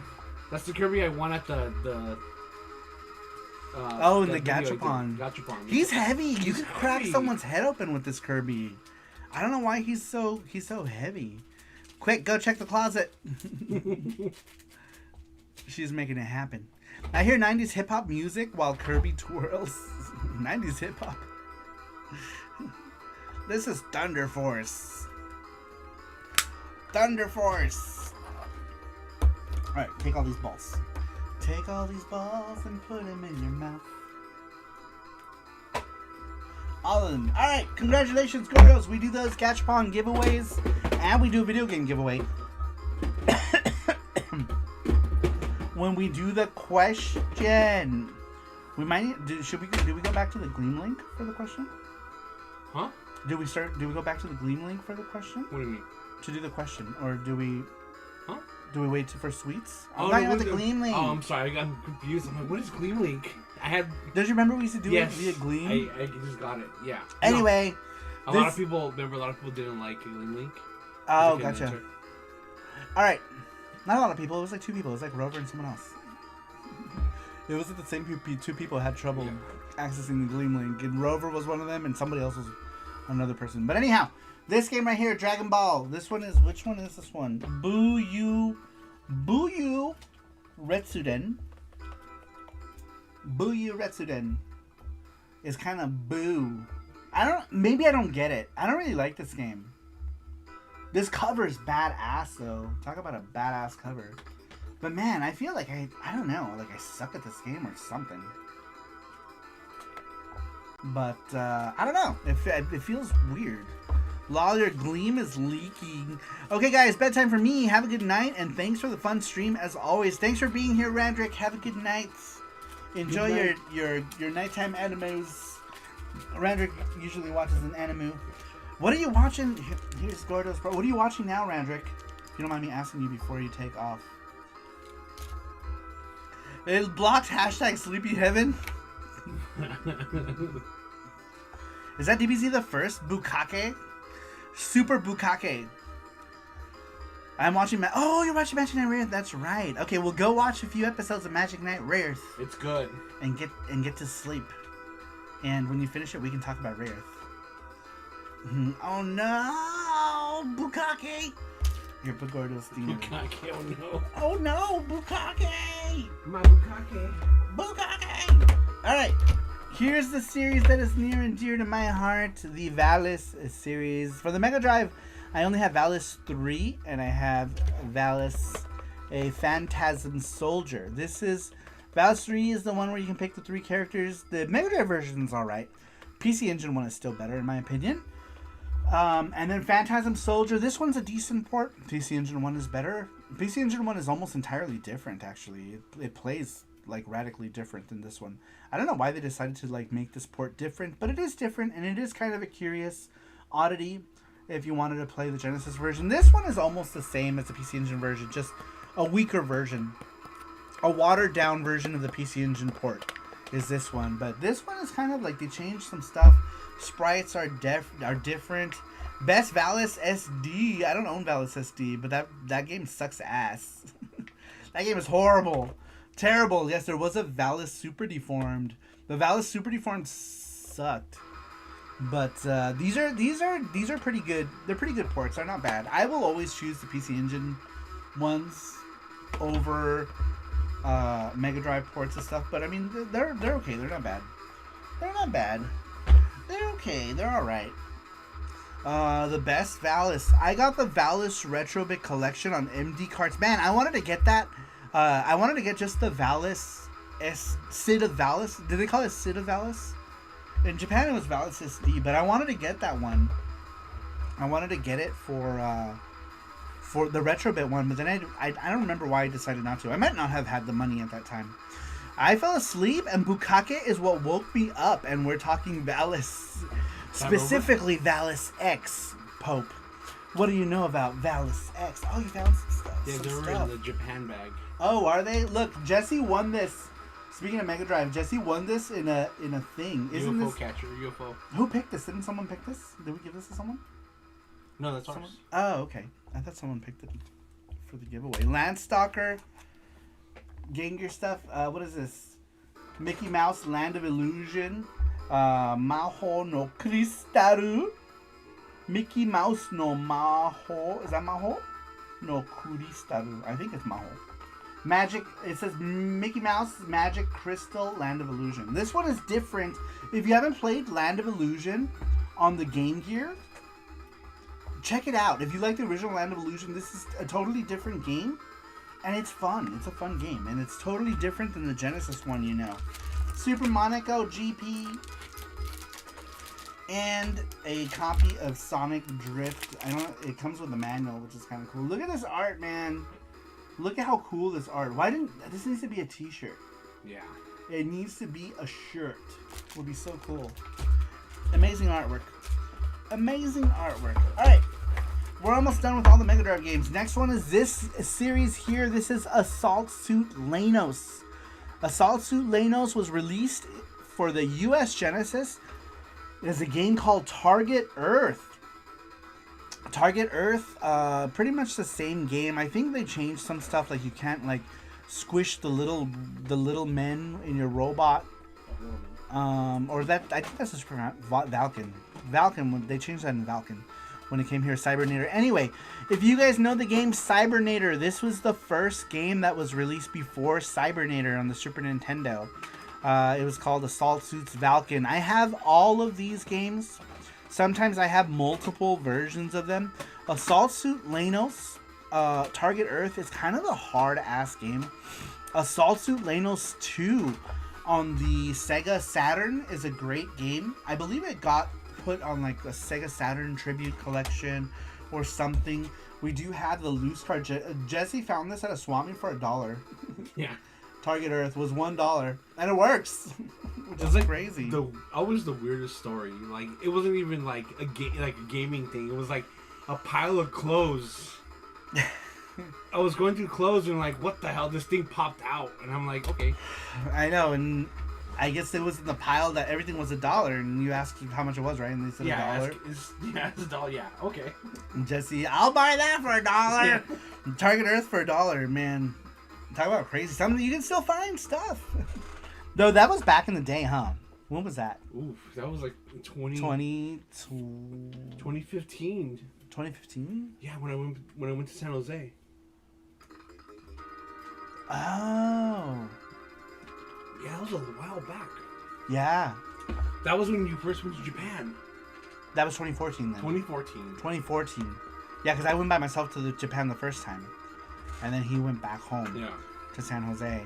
And then after that, he went to Japan with me. Yes, Brandon Wallace, yeah.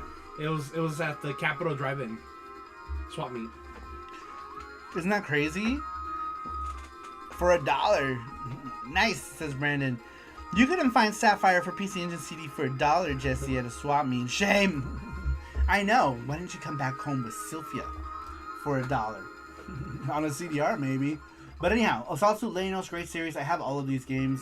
Some of them are super hard. I haven't beat all of them. I did buy the remake on PS4 because it was on Amazon for like $10 or something crazy. Like, I couldn't believe how cheap it was. But super cool game. Rainbow Islands. This game is so much fun. I absolutely love this. You get 2 modes. You get the regular mode and extra mode. This one is specifically called Rainbow Islands Extra. For Mega Drive. Really fun game. I really like the Mega Drive version of this one. I don't like it more than Parasol Stars, but I do like this game. It's a lot of fun. And also, look how fun this cover is. Look at this artwork. It's so cool. If you open it, it's the whole map. It's the map of the whole of Rainbow Islands. It's the Rainbow Islands world. Very cool, super fun game. Alright, then there are some aftermarket stuffs. For the Genesis, for the Mega Drive, we got some aftermarket Darius Extra version. This is the strictly limited version of it. Columbus Circle also put this out as well for Japan, but yeah, this is an aftermarket game. Glay Lancer also aftermarket because the original Glay Lancer is crazy. Oh, you know what I didn't want to show is my El Viento. I also have El Viento aftermarket. Oh man, those would have been cool to show. I forgot about those. Show them. This one is the Sausage Fingers edition of Glay Lancer. There's a new version of Glay Lancer that's 50% less sausage fingers. They reprinted this again, if you would believe it. They reprinted it a third time. And the third time, they redid the artwork, but they significantly changed her hands. But yeah, cool aftermarket stuff. Let's see, some retro bit aftermarket stuff. I got El Viento, still sealed. I haven't even opened it. I don't know if I will at this point. Do I even open this or what? Because I have El Viento on an Evercade cart. It's on the Telenet Evercade collection.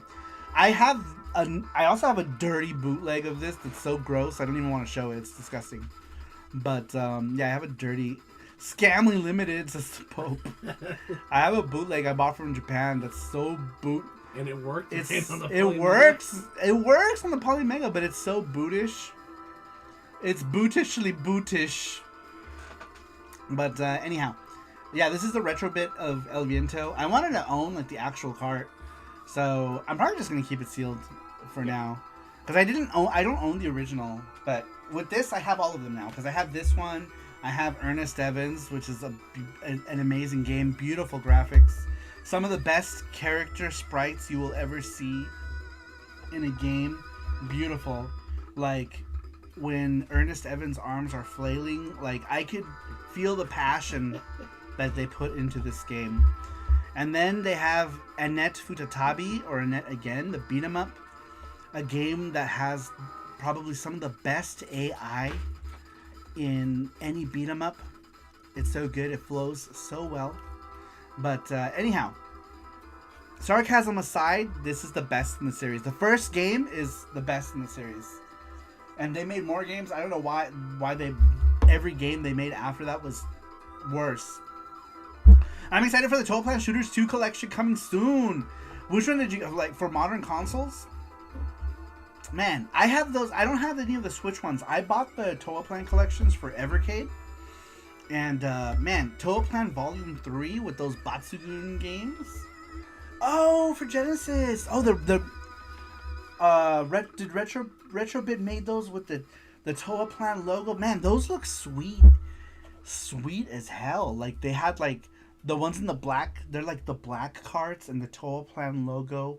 When you put all the carts in, it makes the Total Plan logo. Those, dude, that collection looks sweet.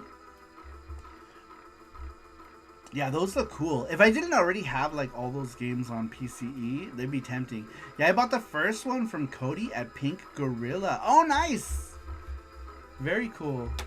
Stop it. Stop doing that. There we go. Nope, it's still doing it. Okay, there we go. I have that Total Plan collection from Retrobit, says Matthew.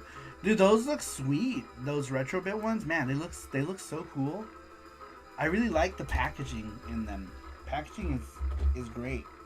Great packaging. Alright, more third-party stuff. I bought that Retrobit Mega Man The Wily Wars. Came with a bunch of crap. I'm not sure what is in this box. It comes with like artwork and stickers and a bunch of other random crap. Some cards. It's so funny. I'm like, oh man, Mega Man The Wily Wars. This game kind of sucks, right? Like I feel like the game is not. Oh my god, sorry. I feel like it's not. They're not good games. This cover is great though. Love this artwork. But is it me, or do these versions feel worse than the NES ones? I feel like they feel worse. They play worse. But look at this cover art. Elec Man is my favorite. Were they different covers, or was it just was Elec Man always the one on the cover? He's my favorite robot master of any robot master. Is Elec Man. Robot. He's my favorite robot. Let's see here. That should be a shirt also. Yeah, this design, dude, this design is so badass. You can change the inserts on the front. It says Brendan Willis. Oh, I don't even know what the insert is on this one. They did a good job with like printing the stuff though. Look how sweet that cart is. I love when they do like these. Retrobit loves to do these colored carts, and they look so cool. They put like a proper sticker on the back. I really like it. It looks like, and it's like kind of like holographic. I really like them. No, the main box you can choose the color. Oh, and this one? Oh right, is the other side Mega Man? I kind of want to say, I think when I did the unboxing, oh, yeah, I think he comes with Mega Man, right? Mega Man is the other one. Is there multiple? There might be multiple. Or maybe I just chose Elec Man. I haven't opened this in a while. Let's open it. Or maybe not. Maybe. Wait, why is this sealed? Did I open this from the bottom? Oh, I opened it from the bottom. This seal is still closed, so I'm not. I don't want to cut his face open. But yeah, it's cool. It comes with a bunch of stuff. All the stuff it came with is cool, but like the games kind of suck. They don't feel good. I feel like the timing is weird. Saru's destroying expensive games. That should be. Let's see. They're not. It's a nice collectible though, says Brandon Wallace. Right? They're kind of bad. Got that Mega Man set as well, says Matthew. Tristan says, I mean, I have them on my Mega Everdrive, but I still collect physical. Oh yeah, for sure. I get that. We're all physical lovers here. We love to get physical. You can change the okay, let's see, replace it. No, the main box, you can change the cover. It was a Sega Channel game. That's right, you're right. It was a Sega Channel game. The games do suck, says Famicom. Wily Wars is kind of sucky. Yeah, like I feel like it plays badly. Gameplay's kind of booty ass. All right, last one in the Mega Drive stuff is this one here, Mad Stalker. This is the Columbus Circle one. This game is great. Excellent. Look at that. First off, look at this freaking mech artwork of this cop robot thing. Freaking badass artwork. I love this game. Love it. The Mega Drive version is very, very good too. And I have it on PC Engine. I feel like this one is more fun. I feel like the PC Engine one added a bunch of like cutscenes and stuff. The better thing that I like about the PC Engine one is that you have two other characters, and Chico Rodriguez. Chico Rodriguez is the pilot of the main police thing, apparently. But other than that, this one gets straight to the point. No cutscenes and crap. You get straight into the action. It's a lot of fun. I love this game. It's good. Let's see here. It was the game. Now Undercover Cops is way better. Ooh, I'm so excited. I got that Undercover Cops for the Super Nintendo. The Retro Bit Undercover Cops box. Oh man. Oh man. They feel weird, but maybe I'm just used to the NES games. That could be. Maybe it's just a difference of timing, right? Like maybe you gotta relearn. But I think that makes it bad if you have to relearn how to play the game. I feel like that makes it a bad port, right? Tristan says I got that Undercover Cops also. Never opened it. I opened it. It's got a bunch of cool stuff in it. I just got it. I really like that game. It's a really cool game.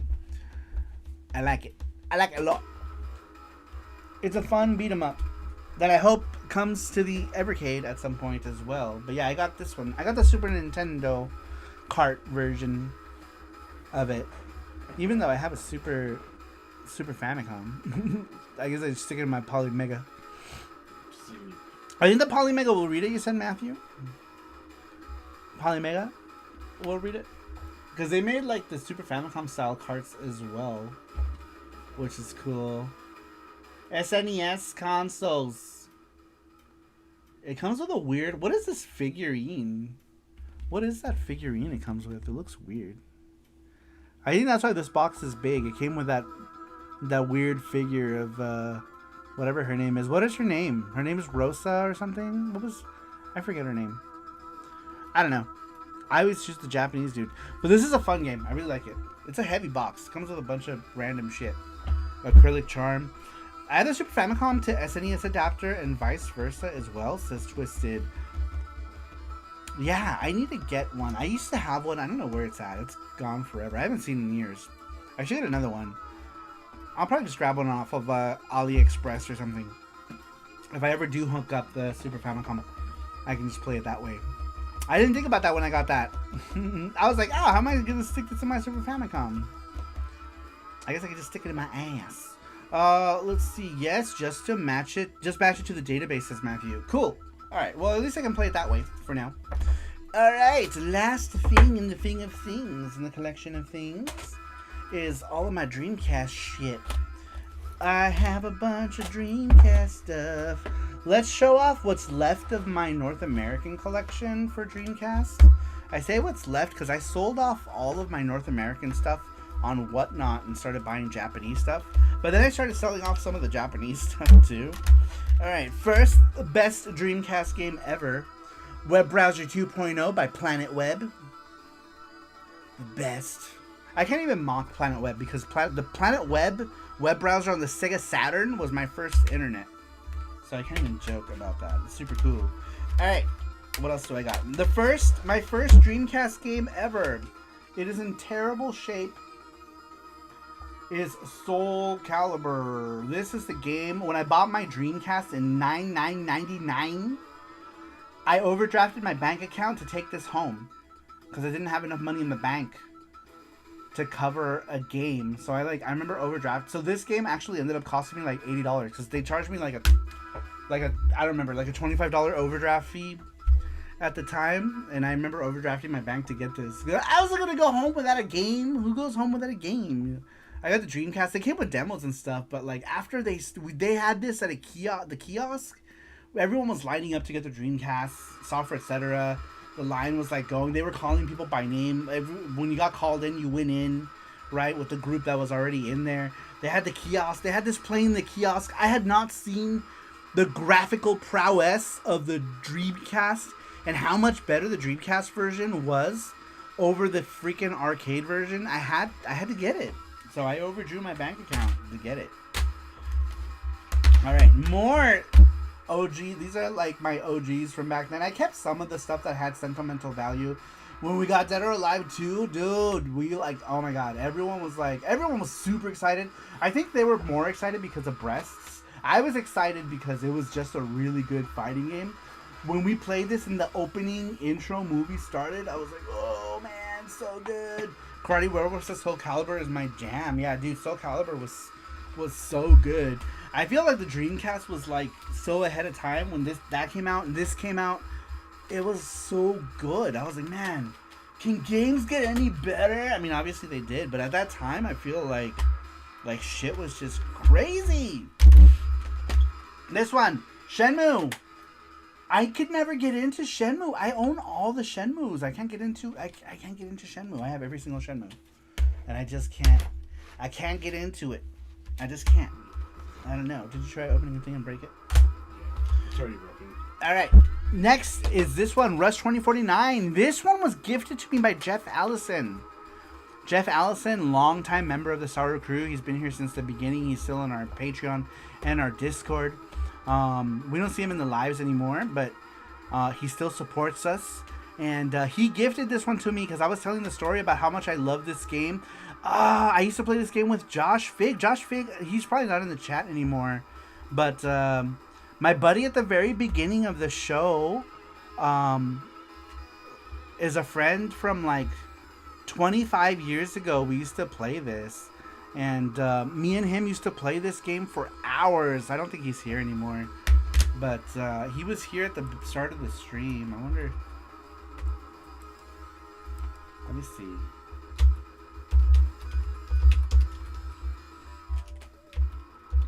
Let me see. But anyhow, he's a friend that I used to know from my 19, 20 years old. We worked at Walmart together, and we used to play the shit out of this game, and we would like I remember we would always like crash and blow up and shit. Man, different times. All right, last one in my my North American games. Like I said, I sold off all of my North American stuff, but anyhow, Code Veronica. This game.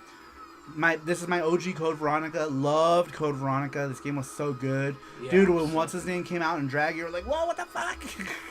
Do you remember at the end? You were like, wow, shit's getting wild. But spoilers, whatever. 30-year-old game, who cares? But Code Veronica, a lot of fun. Alright, now to my Japanese collection. This is Code Veronica that I got for, I don't remember, it was like 100 yen or something. It was crazy cheap. It was, I don't remember. It was like 100, 200 yen, something like that. Code Veronica came in a much bigger thing for Japanese Dreamcast. This one we bought at Watman. Our buddy Higa took us to Watman. I'd never been to Watman before. It was in, what city were we in where Okomen was from? Damn it, I don't remember. It was not even in Tokyo. Remember we had to take the bus we had to take the bus. Like 45 minutes out? What city was that? I forgot what city it was. I don't know, but there was a place called Watman. We bought this game there, and it was like 200 yen or something. It was cheap. It was cheap. Good night, Gordo, says Sleepy Heaven. Good night, Gordo Scene. Good night, Gordo. Thanks for being here. The Pope says I beat Code Veronica a bunch of times. Claire has sex with Monster. That ain't going in the remake. Tentacles. Do you think they're going to remake Code Veronica? Why have they not made Code Veronica? I heard that they are. Is it because tentacle monsters? Tentacle monsters and drag queens? People were like, whoa. Whoa, Capcom. I still have my Dreamcast since launch, says Krillin. I do too. I have like 4 Dreamcasts. I have 5. I have 5 Dreamcasts. But my OG, I know which one is my OG one because I have put it in the garage in a box and it oxidized, so the top is yellow and the sides are yellow, but the corner and the bottom where it was in the box is white. So I have like 3 sides are white and 3 sides are yellow from just oxidation from being in a hot garage. Graphics here, what's up? Welcome in. How you doing? Welcome in, Graphics here. Matthew says Resident Evil Requiem is coming out this month. For next year, it is supposed to come out. Really? I didn't even know that they were even talking about Code Veronica. Dude, that'd be cool. I haven't played any of the remakes. I say that'd be cool, but it's not like I'm gonna even play it if it comes out. Maybe. Twisted says, I still have my launch Dreamcast with the box and the shirt I also got at launch that says Electronics Boutique 9999. Yeah, mine came from, was it Electronics Boutique at the time? I thought it was here in Vegas, I think it was already Software Etc. where I got it. But I remember, yeah, 99.99. Crazy time. But yeah, my OG, I could always spot my OG Dreamcast because it's the only one that has the yellow sides and top and white ass bottom. Game is closing. Really? Are they closing in just Europe or are they closing everywhere? Because Game still exists in Australia. Well, when we went, there was Game. Yeah, Game was still there. Game was still there. That was back in when did we go to Australia? 2019. October. October 2019, Game was still there.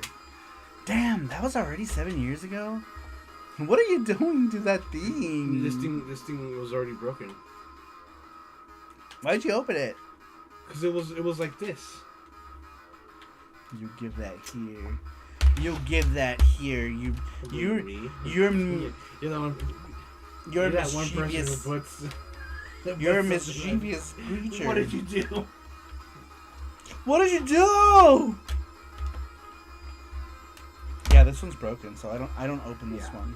To show that off next. I don't open this guy. I need to get a new case for it. Oh, this is double CD too, so boo. Boo!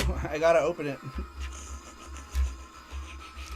I need one of these 2 CD things. This one is beat up. Yeah.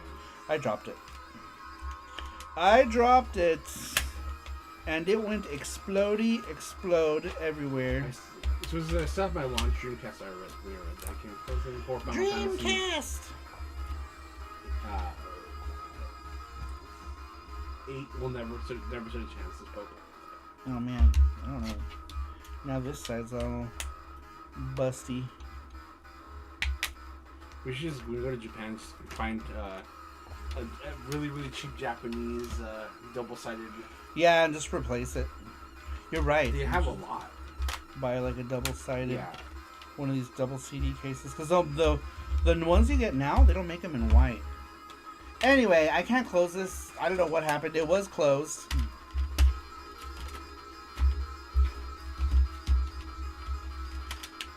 I don't know how this happened, but anyway, let's show this one off since I'll beat the fuck up. This is Idol Janshi o Tsukuchau. This is the Dreamcast version of Sushi Pai 3, which is a mahjong game. These like mahjong games are kind of like risque, right? If you got it on Saturn, they were even like the Saturn one was like straight up like titties out. Titties out. Damn, look at that. I like super broke it even further. Oh no. There we go. I got it closed. But anyway, yeah, these games are normally like they're mahjong games with anime booba. But I have all of these games because I love this artist. His name is Kenichi Sonora. He's the artist of Bubblegum Crisis, Gunsmith Cats, Riding Bean, blah blah blah, all the different things. He does all that stuff. All right, next one, Maken X. If you like Shin Megami Tensei, look how much I paid for this. What does that say? 200 yen. 200 yen for Maken X. I think this was a recent buy. This is done like the artwork is that like Shin Megami Tensei art that I'm not really a fan of. I'm much more a fan of like the Persona style of artwork, but to each their own. This is an interesting game that I think, does this fall into the Shin Megami Tensei universe in some way or another?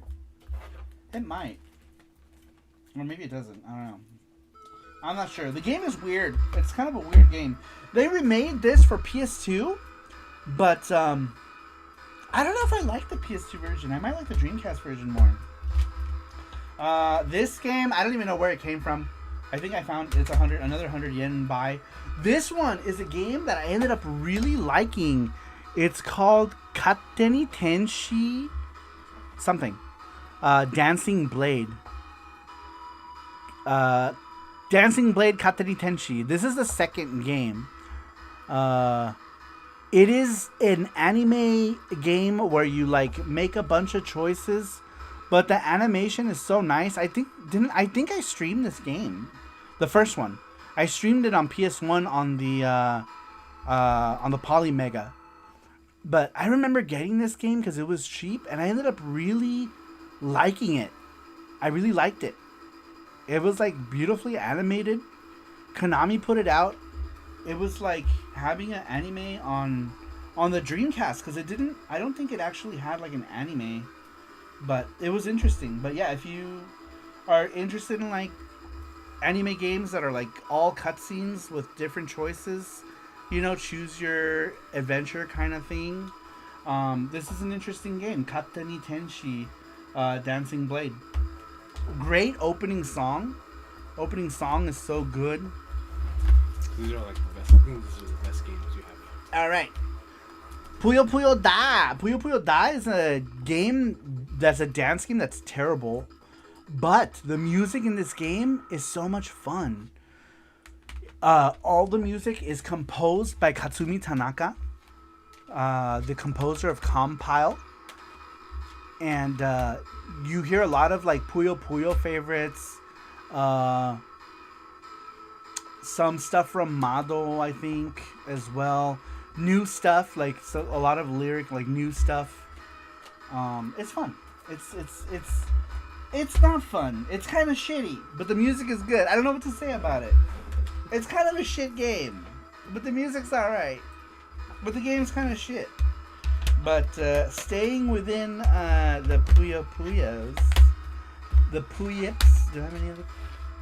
I guess I don't have any other Puyo Puyos. I thought I had Puyo Puyo's son. All right. Speaking of Puyo Puyo, this one here is Puyo Puyon, which is a play. Every Puyo Puyo game is a play on words, right? So Puyo Puyo, right, the first one, and then Puyo Puyo Tsu. Tsu is the kanji for expert, right? But in Japanese, to say the Americanized word for two is tsu. So it's like a play on words. And then Puyo Puyo San. Sun, like the word sun, right? They write sun, san. But san also means three. This one, they weren't as clever. They called it Puyo Puyon, which is just like, I guess, like a cute way to say Puyo Puyo. But yon is also the way to say four. So I feel like they were less clever with this one. But the graphics in this one are so nice. Love the artwork, music. It's great. Cerulean, what's up? He says, Ever 17's coming to PS4. What is that? It could be out right now, Cerulean. Anime cutscenes, choose your adventure Dreamcast games are coming to PlayStation 4 with Ever 17. What is that? Is that like hentai stuff? I'm not sure. Twisted says, I have 15 Dreamcasts and 5 are modded and 4 are CIB Japanese special editions like the Hello Kitty ones and the Sakura Taisen one and the R7 one. Oh my god, I would love nothing more than to own the Sakura Taisen Dreamcast. Man, I would give up all the fellatio for that. I have the only Dreamcast that I have is Japanese. This is the weird one with the CEO on the back of the box. The back of that box has the CEO like all over the place. It's a weird one. That's the only boxed one, Japanese one I have. All my other Dreamcasts don't have boxes. My original no longer has a box. I've moved a bajillion times since then. Ever 17 was a Dreamcast anime Choose Your Own Adventure that came out in like 2001, 2002. Interesting. I'm not familiar. Pyon is also the sound of something bouncing. So it's a stretch, but maybe they meant it as Puyo Puyon. Maybe. That's possible. It could be. That's interesting. Puyo Puyon. Pyon. Puyo Puyon. Jesse's a Puyon. Alright.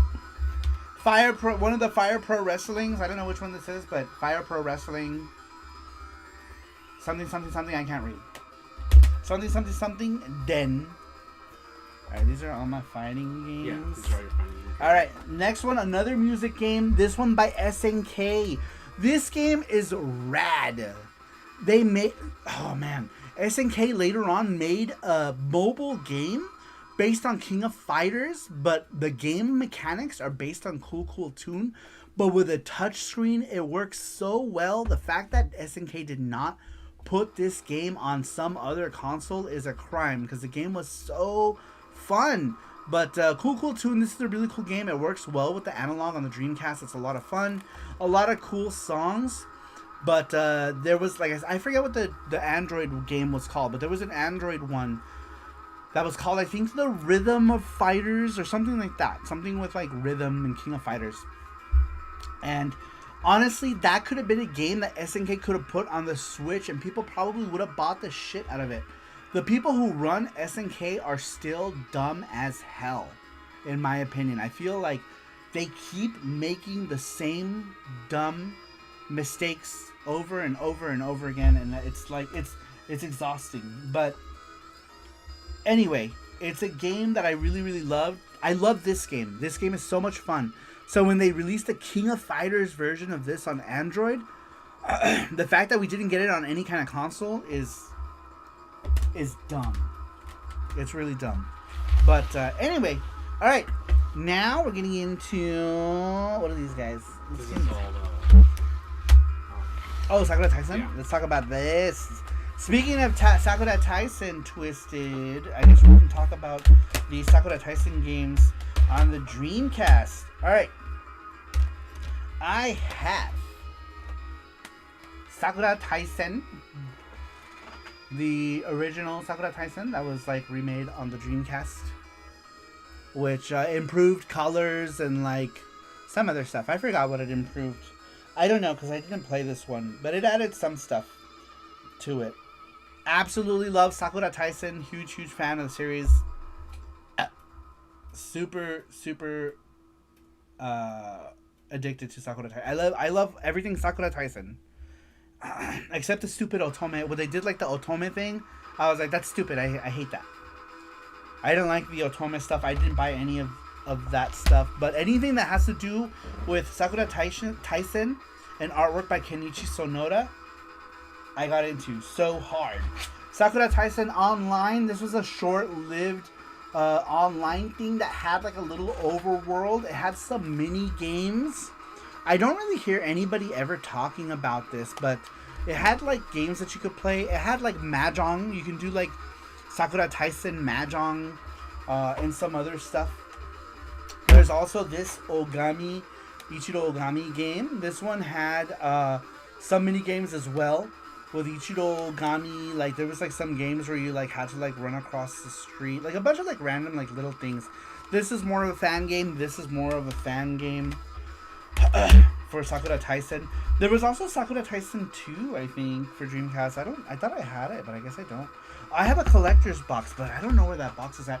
Do you remember the Sakura Tyson that came with all the little charms? The little metal charms? Have you seen that one? It has all those little chains in it. Yeah, it's not this one. It's a smaller box. Anyway, I do have Sakura Tyson 2. It's in that box. I don't know where it's at, but I do have it. And it has Sakura Tyson 4 also. Yeah, for Dreamcast. I wonder where my Sakura Tyson 4 is. I'm missing some games here. But anyhow, I do have Sakura Tyson 2 for Dreamcast. This one right here, when this game came out, oh my god, talk about, like, this is still my favorite Sakura Tyson game. This one is called Sakura Tyson 3 Pari wa Moete Iruka. It means Paris is on fire. This game took a much darker tone, and yeah, it took a much darker tone. The cast was good. I really liked the cast in this one. The little girl in this one isn't a spoiled little shit like the little girl in the Japan team. Dude, if anything, if I hated anything or anyone about the Japan team, was freaking Iris. I freaking hated Iris. She was a horrible character that threw temper tantrums all the time. Their little girl character, Kokiliko, was like, she was like a Vietnamese orphan. Like, her story is sad, and like, no matter like how sad her story was, she was always like very cheery. Like, it was just a much darker, it was a much darker tone. You had one girl that was dealing with the death of her boyfriend. Like, it's so cool. I still feel like if I had to say which one was my favorite Sakura Tyson, it's a cross between this one and the remake on PS2, which is called In Hot Blood. And In Hot Blood was kind of like a remake of Sakura Tyson 1 and 2, if like a Sakura Tyson 1.5 for PS2. And it's so good. What's up there? Is that it right there? That? Yeah. No, that's Sakura Tyson 5 The for Dreamcast. PS4. Oh. No, Dreamcast one is same size as this box, but shorter. And it has like it jingles because it has like a lot of metal. It's probably in that stupid shelf with all the random shit. Do you know what I'm talking about? That shelf that's over there, maybe? You don't have to look for it, it's okay. Anyway, are they fan translating this one at some point? Sakura 2 was also pretty dark, but I gotta finish 3 to see which one would be my favorite. Sakura Tyson 2 did get dark also when you, like, especially like, Rennie's story is kind of dark as well. And, what's her name also had a boyfriend, right? That died or something like that. Let's see here. So, hopefully the English fan translation will be finished soon. Are they doing 3? Oh my gosh. Oh my gosh. Alright. And one last Sakura Tyson. This game, so much fun. If you love columns, this is columns on crack. This is called Sakura Tyson Hanagumi Columns 2. Which is just Sakura Wars Flower Troop Columns 2, the Dreamcast. The Saturn one is also a great game. Part 1 came out on the Saturn. Part 2 came out on the Dreamcast. Both excellent games. Very fun, addicting. In my opinion, probably the best way to play a columns game is right here with this Sakura Tyson game. Alright. Next is these guys right here. Let's go with my fighting games. Dreamcast fighting games. Here's Virtua Fighter 3 TB. 100 yen. This was a recent acquisition, I want to say. Within the last few years. I don't know how recent, but pretty recent. I've not even opened it and played it. I have a mode, so like, it's almost like, do I even need to open like any of this shit? Open it once the mode breaks. Alright. Man, I realized that I sold a lot of the stuff I used to have, Yeah. but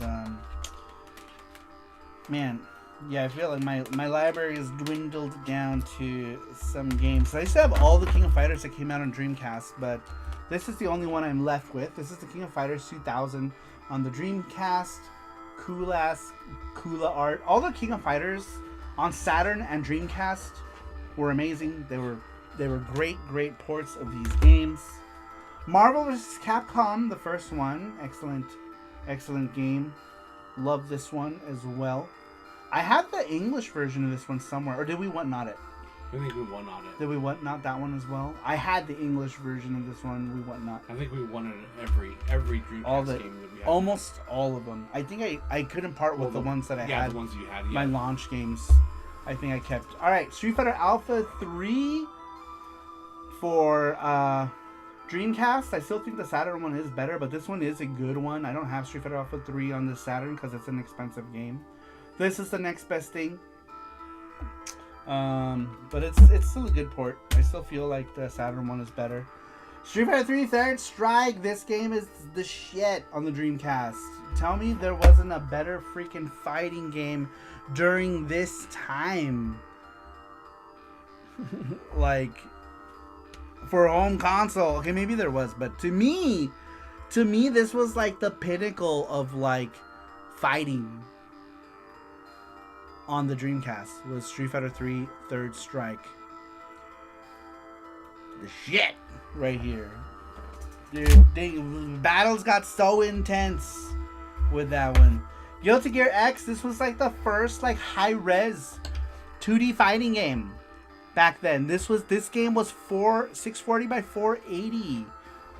Right? Or was it 576? I don't know. It was some 4:3 aspect ratio that was the biggest aspect ratio at the time. Maybe it was 576 by something. I don't remember. But it was more than your average 240p game at the time. So when this came out, it was a big deal because it was 640. Okay, so Cerulean is confirming it was 640 by 480. At the time, this was a big deal because there hadn't been, for home console, there hadn't been a game that was done in that aspect ratio. Aspect ratio. That hadn't been a game that was done in that resolution. It was a high resolution game at the time. It looked so good. Dude, this game looks so freaking good.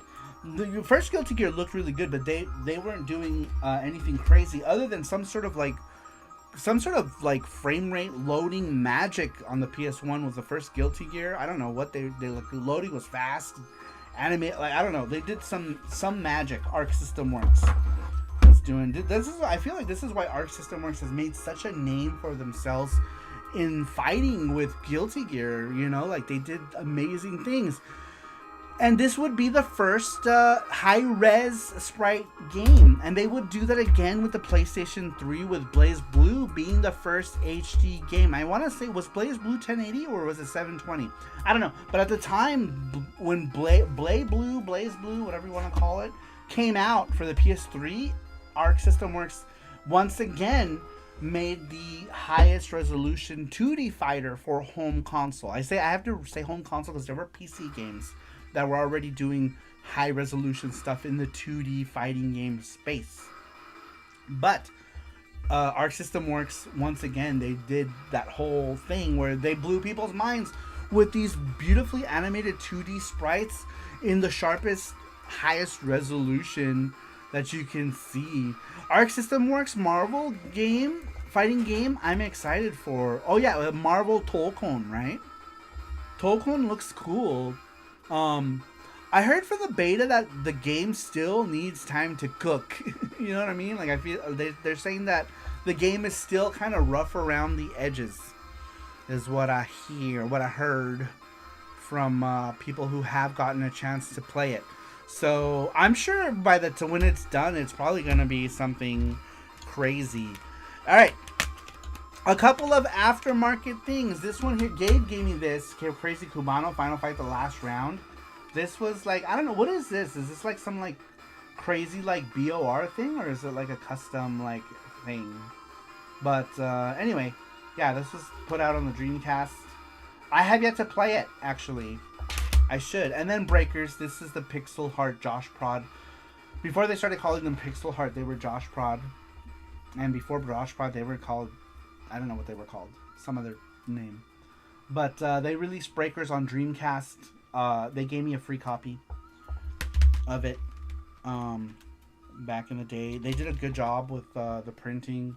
I like that they just reused the good artwork instead of trying to like draw some like new crap artwork. So that's cool. That's cool. All right. The last of my Dreamcast games. We're going to talk about a classic, Sonic Adventure. You remember when Sonic Adventure first came out? How freaking crazy it was. Like, you were running, you were like trying to run away from that stupid ass whale. It was amazing to see Sonic in such a like fleshed out 3D space. Obviously Sonic Adventure 2 would blow this game out of the water, right? But when this first came out, it was pretty freaking amazing. Oh yeah. You know? Yeah. And Sonic Adventure 2, then it was like, because this was like 30 frames per second versus 60 frames per second most of the time, right? On Sonic 2. It was just crazy. And the physics were pretty close to the 2D games too. Yeah, it was good. It was fast. Cerulean says, I got a few Josh Prod stuff, if I remember correctly. Yeah, they made Josh Prod for Dreamcast. I think they made a couple of things. They made some early stuff for Neo Geo CD, but they called themselves something else before they called themselves Josh Prod. And then now they just go by Pixel Heart. And they were some other, I forgot what they called themselves before. And then something Run On Game. And then they changed their name to Josh Prod. And then they changed their name to Pixel Heart. And I guess it was Josh Prod because the guy who runs it, I guess his son's name is Josh or something like that. I don't remember what the story. He told me what the story was, and I was like, oh, that's cool. And then I completely forgot. Let's see. Another classic, in my opinion, Space Channel 5. Space Channel 5 is a game that I feel like does not get enough love, in my opinion. It's got a crazy cult following. Oh my god, Space Channel 5 Part 2 on the Dreamcast. I wish I owned it. It came in like this like cool collector's box and had headphones. It was a whole thing. It's super expensive now. I wish I owned it. I don't own it. But Space Channel 5 Part 2 on the Dreamcast was freaking amazing. It was so much fun. This was good. Space Channel 5 Part 2 was even better. I did get it for PS2. I bought it digitally twice because I'm an idiot, because I didn't know that it changed languages when you changed your PS3 to Japanese. So I bought one on my Japanese account. I bought one on my American account. And then I bought it on the Japanese account, tried to play it, and then it was still played in English. And I was like, oh my god, all I had to do was change the freaking region, play it on the Japanese account, and it would have been in Japanese. I'm so dumb. I bought the game twice. I'm so dumb. I don't know. Stop it. It's doing that thing again. Alright, let me cover my face. The camera's like, ugh, ugly. Cover that face. Ugh. Alright, another one is Grandia. Grandia, this is the Japanese Grandia, but I do have a Grandia 2 disc in English. Both Japanese Grandia and then US Grandia disc only are in here. But Grandia 2 Game Arts, if you liked, Lunar and everything Game Arts was doing back then, Grandia was another game that was, oh, well, that's actually not too bad, right? This is, what is that? That's the box I'm talking about. Man, I never see that in Japan. I do want to get it, though, at some point. Maybe someday. But anyway, yeah, Grandia 2, cool stuff. Best Dreamcast game by far, FX no Yuki. That's right, FX no Yuki. I'm so dumb. I should have FX no Yuki here to show you guys. Of course. I think I have one back here. Somewhere. There's I just Dreamcast. There's one. Got it? Yeah, right here. Actually, I don't have a Dreamcast hung up. A brand new copy. Actually, Power Stone. This guy right here. Dude, when I first saw Power Stone, it was in the arcade. Here in Las Vegas, we had an arcade called Mary Kay's Arcade in Commercial Center in Las Vegas. This would have been like, I don't know when this came out, the tail end of 98 for arcades, right? And then it came out for Dreamcast in 99. When I first saw this game, I was like, man, this game is crazy. Crazy. And now we have Power Stone Collection on Switch, which I should get at some point. I don't think I have it. I think I have the PlayStation, the PSP Power Stone Collection. Anyway, crazy game, crazy fun. I like Power Stone. I wish Capcom would do something with Power Stone or Rival Schools or freaking anything. I wish Capcom would just do stuff. Capcom, just do things, Capcom. All right, next, a game that is just freaking amazing. Jet Set Radio. Who doesn't know freaking Jet Set Radio, you guys? The music in this game was amazing. Everything about this game was amazing. It was in my opinion, it was pretty revolutionary at the time. Dude, I like the soundtracks differ a little bit from the Japanese one to the American one. Like the US one, we got like weird shit like the girl from aisle 10. I'm like, what the fuck? Why is this song in my jet grind? But we also got Dragula in our version, which was kind of cool. I don't remember what was on the Japanese one. Some Chibomato stuff. I forget what the differences were between the two. But yeah, in the US one, they changed some songs. We got like we got Dragula, which was so good. Like when you came down, what was the girl with the black hair's name? I forget her name. You're coming down that thing and they're playing Dragula the whole time you're going down. I'm like, oh shit. Dragula was licensed to a lot of games.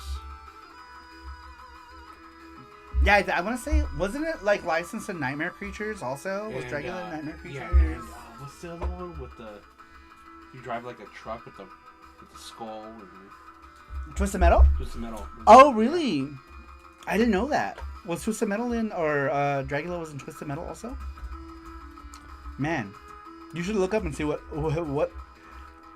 all the games it was in. Dragula was famously featured in Twisted Metal 4. I never played Twisted Metal 4.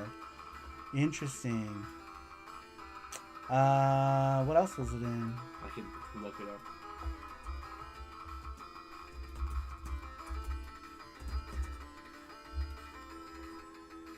Let's see. Featured in video game soundtracks. Oh, Dang! yeah. It was in Gran Turismo 2? Really? That seems like so like weird. Jet Set Radio. Rock of the Dead. Oh yeah, Rock of the Dead. Rock of the Dead was a weird like guitar game that used the Rock Band peripheral, and I think Rock of the Dead is all Rob Zombie stuff. So like stuff that's like Rob Zombie and like White Zombie. Let's see, Rock Band 2, of course. Fortnite. Sledstorm. What a random.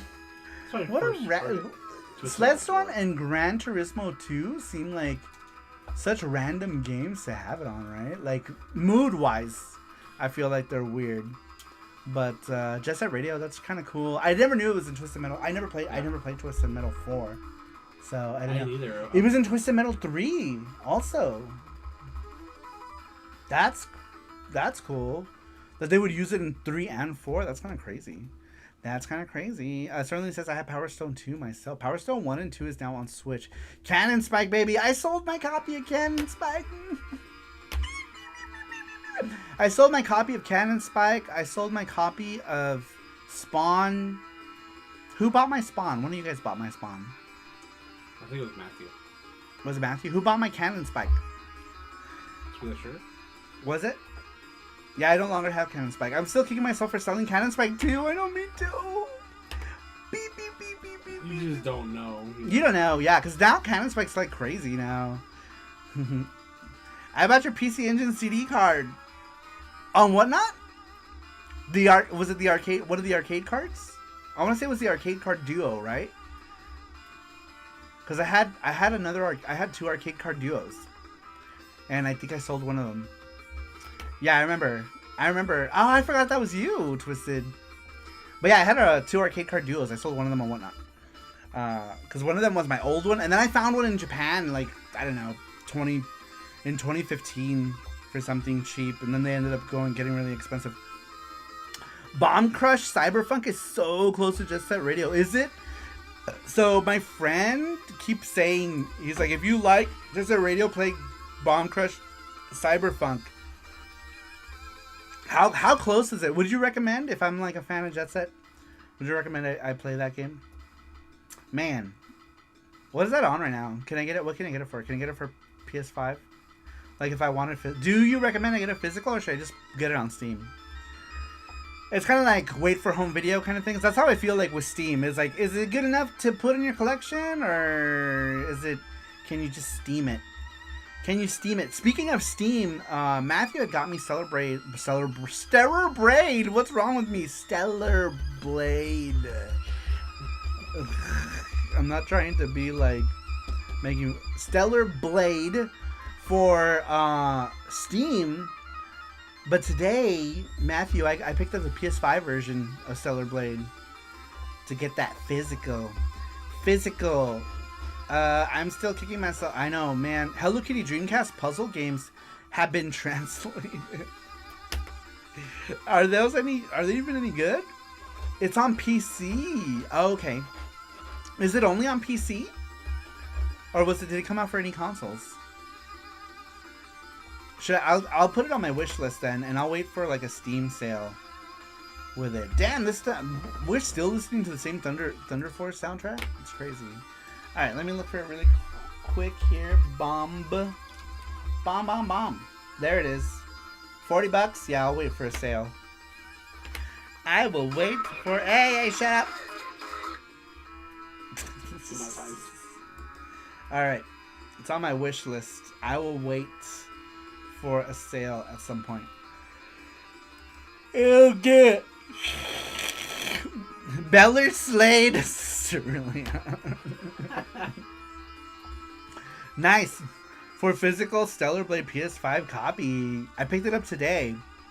I picked it up. It was like I got it for under $30. I had to get it. $30 for Stellar Blade. Is that a good price? Either way, I paid $30 for it. Hopefully I didn't overpay for it. Because sometimes I'll pick up games because I see them. Macross M3 for Dreamcast has been translated. Remember, Matthew, we were in Japan and I was looking at Macross M3 and how much they wanted for it? Jesus Christ, dude. They wanted like $300 and something for this game. Stellar Blade Eve is hot. I know, it's so funny. Well, not I know, I'm gay. But like the first thing I did was put her in like the skimpiest outfit I could put her in. I'm like, I kept climbing on stuff because she climbs like this, right? And like she puts her knees on the ledge. So I put her in that dress and I'm like, that booty is just hanging everywhere.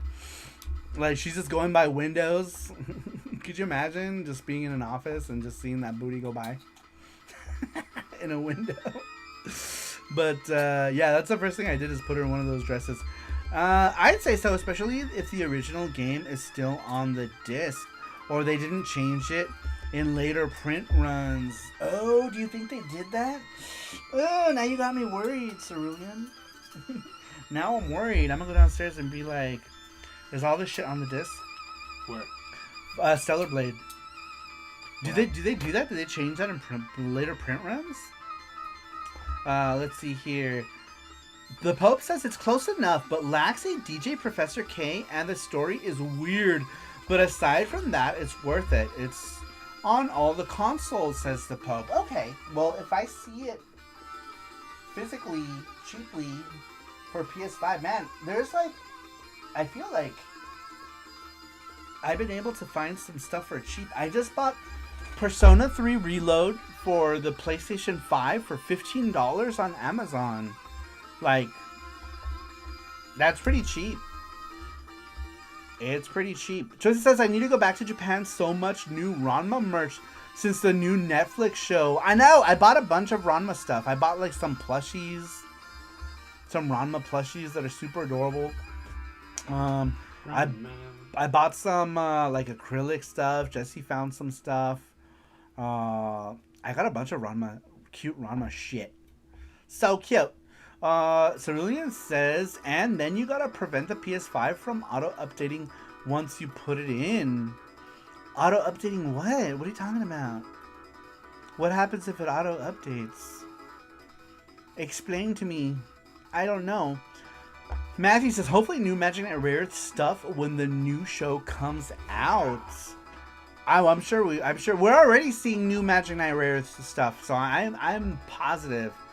Better Slurm. Grant Wallace says, sorry, I linked the Discord and Amazon Bomb Rush is $15 on the PS5. Which one? Bomb Rush. Who did? Grant Wallace. Is it? Oh shit. I should get it. I'll get it. $15 is a good price to pay. Why are so many PS5 games so cheap? Don't tell me that these games are not on the disc. Supposedly they censored an outfit, but Eve has skin suits, so... Did they really? Oh man, why would they do that? Why would they do that? Did they only do it on the PlayStation 5 version? Is the Stellar Blade for PC completely uncensored?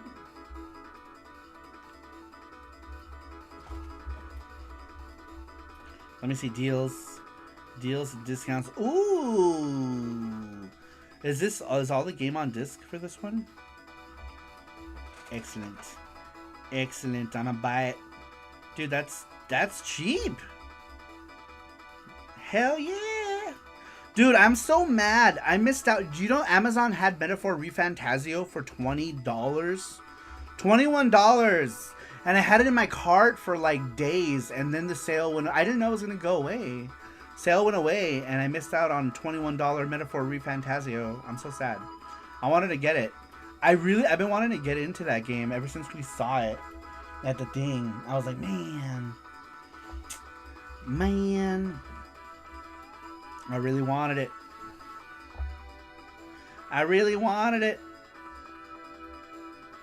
Oh well. Maybe it'll go back down, but man, I wanted to get it. It looks interesting. I really wanted to start it. All right. I'm pretty much done with the games. Last few games. Berserk for the Dreamcast. I used to have this one as sort of the Berserk, but I sold it on Whatnot as well. But I still have the Japanese one, which has this fire-ass cover. Well, except for the little naked fairy thing, but like, look at guts. This game it's janky, but it's still good shit. It's still good shit. I love Berserk. I love the anime for Berserk. Sadly, Kentaro Miura, the mangaka for Berserk, passed away, and he didn't complete Berserk. And did he have like a phantom artist? I don't know what happened with Berserk. Anyway, I love Berserk. I have all the Berserk games. I have this Berserk. I have Berserk on PS2. And I have Berserk Musou. Is that what it's called? Or, I don't know if it's called Berserk Musou, but I mean, it may as well be called. On the Vita, I have Berserk. I think it also came out for PS2, but I don't have it. Alright, and then this one was a recent acquisition, because I wanted it back in my collection. I used to have the US version of this, but I've sold it. But I saw the Japanese version of it for like $60. So I was like, screw it, I'm gonna pick it up. And I grabbed it, Gunbird 2, for the Dreamcast. And I know there's a billion collections. I own the Psycho collections on Switch that you can play these on. But this is the only version that you can play Morrigan on. The reason for that is because Capcom published the Psycho games, and that's how Cannon Spike came to be. Cannon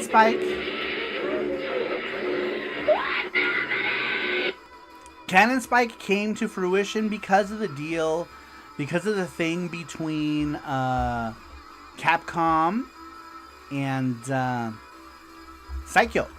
And that's how we got Cannon Spike. Psycho made Cannon Spike for Capcom. Capcom published Psycho games.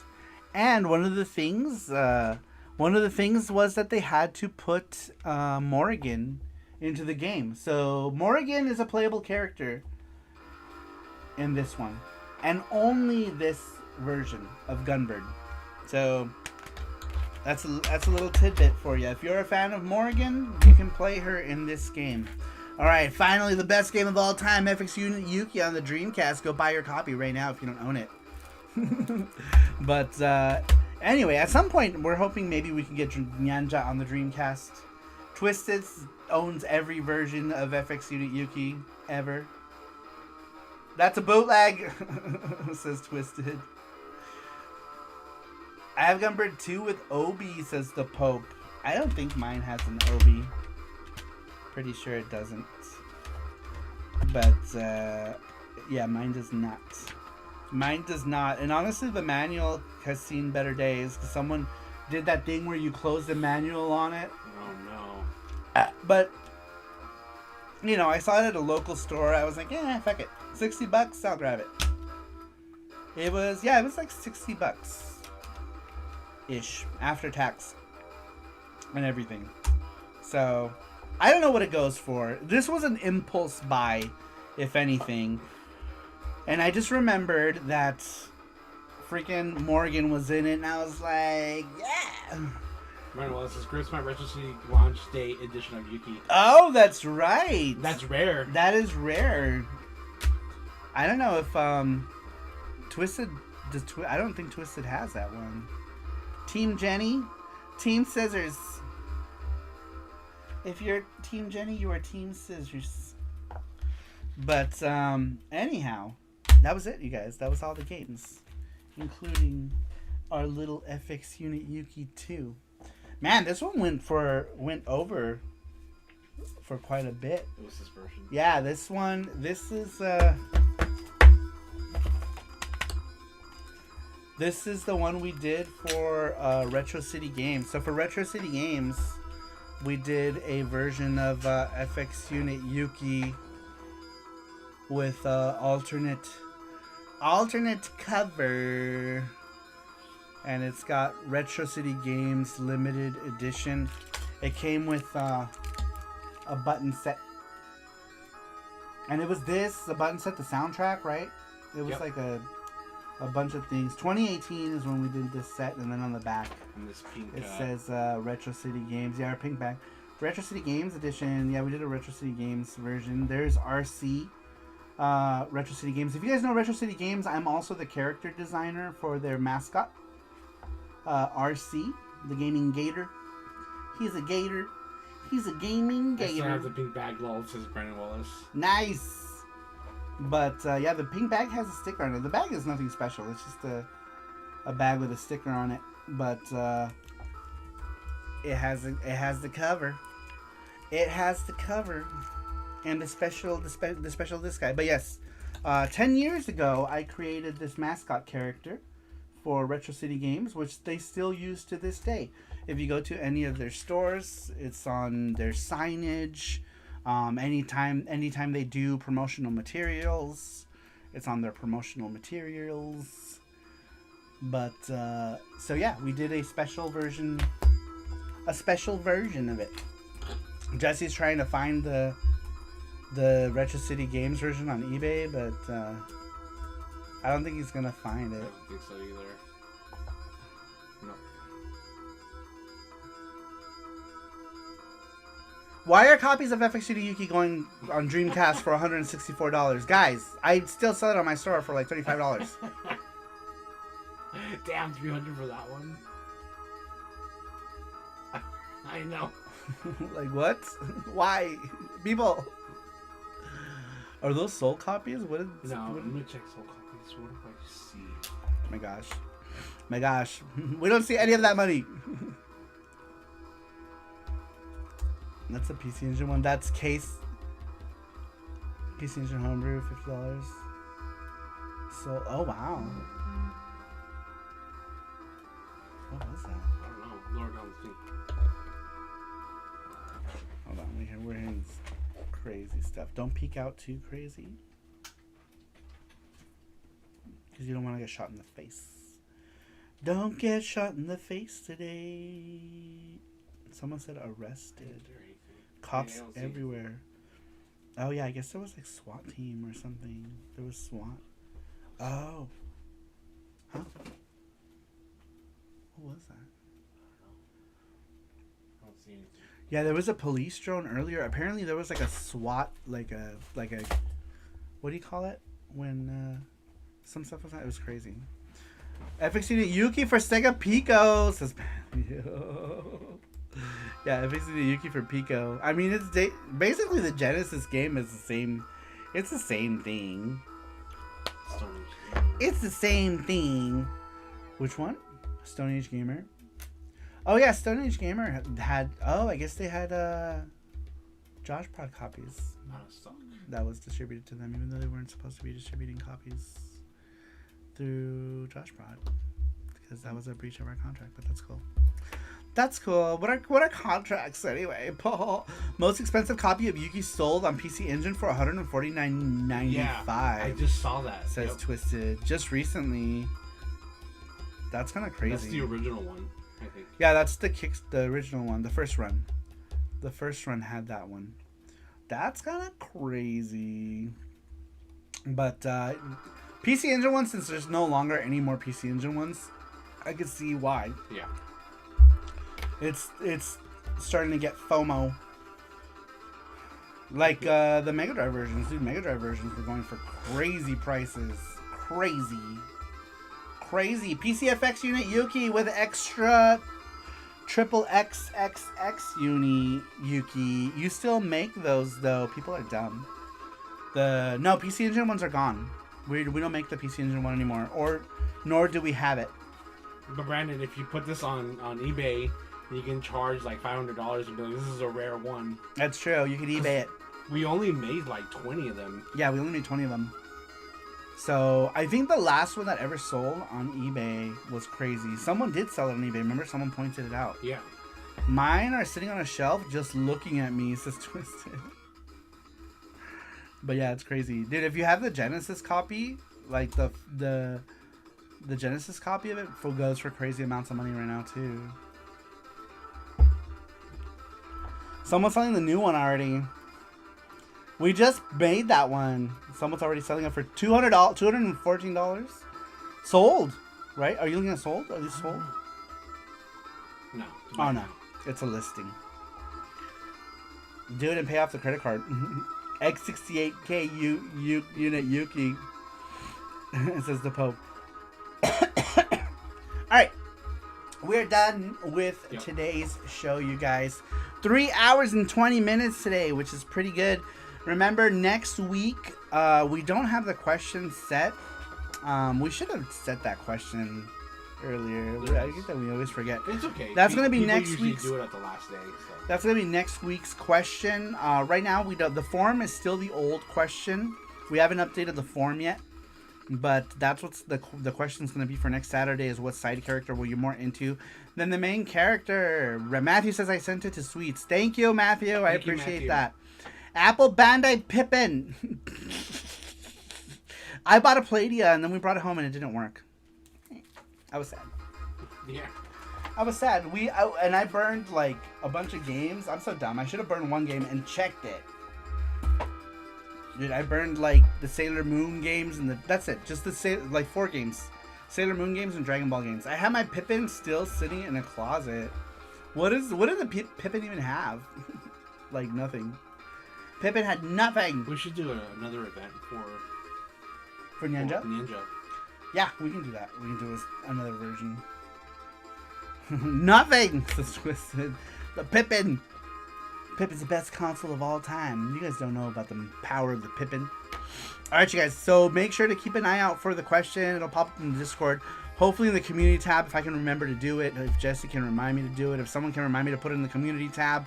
I will put it in the community tab before next Saturday. Steam Hearts for PC98 has been translated. Wow, really?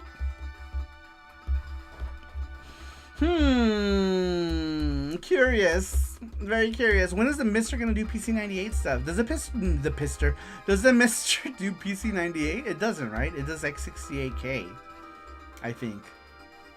We need Mr. PC98 so I can play some. Same with Advanced or Variable Geo. The PC98 one is called just Variable Geo. The Advanced name was given to the PC Engine one. Yeah, it's like VG is the first game. It's just called Variable Geo, and then the second one's called like Variable Geo Cannibalistic Goddess or something. I don't remember, some weird name. But that's cool. I didn't know that those were translated. They're completely different games. PC98 Shizuku got an English translation recently. Man, that's crazy. I feel like Shizuku, like people don't know the importance of Shizuku. One of Leaf's first visual novels, Shizuku. Wait, was Shizuku the first? The first visual novel, the first modern visual novel as we know it, right? Like, who was it? Spike Chunsoft did the those audio novels, right? Were like the first thing. So, like, I guess if like, on PC98 has been translated, it's either that or Denpa. Yeah, for some reason I thought, because it was a really big deal back then, right? When Shizuku first came out, because it was like the game that pretty much showed the world what visual novels are, right? And then like everyone started doing them. Maybe I'm wrong. For some reason I thought it was Shizuku. Either way, it's still very important. It's very important in the history of visual novels. Before that, the closest thing we had to a visual novel was Kamaitachi by Spike Chunsoft. Or Chunsoft back then. It's Spike Chunsoft now. But back then they were just Chunsoft. And then they were bought by Spike. They merged. And now it's still called Spike Chunsoft. But Spike and Chunsoft entities as we know it kind of don't exist because they were bought by another company. Anyway, who cares? We're going to go ahead and end it here, you guys. Just like Bandai was Bandai, now it's Bandai Namco. Bamco. It's Bamco now. One day they'll be Bamco. They should have just done that in the first place. Alright, you guys, we're going to go ahead and end it here. Keep an eye out for next week's question. We stream on Twitch 2 or 3 times a week during the week. Mondays, sometimes Wednesdays, sometimes Tuesdays. But always Mondays and Fridays, and then sometime during the middle of the week.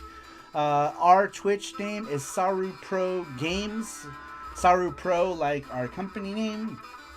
But yeah, if you guys want to follow us on Twitch, if you're not already, I'm sure everyone here already is. If someone random is watching it on the VOD, SaruPro Games on Twitch. But there it is. Thank you, Jesse. Good night and farewell, says Karate Werewolf. Twisted says, see you. Take it easy, my friends. Thank you for being here, Twisted. I appreciate it. Shizuku was the first game to incorporate erotic content into visual novels. Oh! Maybe that was its credit to fame. See ya, Brandon, Cerulean, and everyone who's in the chat. Matthew, thank you again for the charm. I really appreciate it, everyone. Thanks, everyone, for being here, and we will see you all next time. Bye-bye.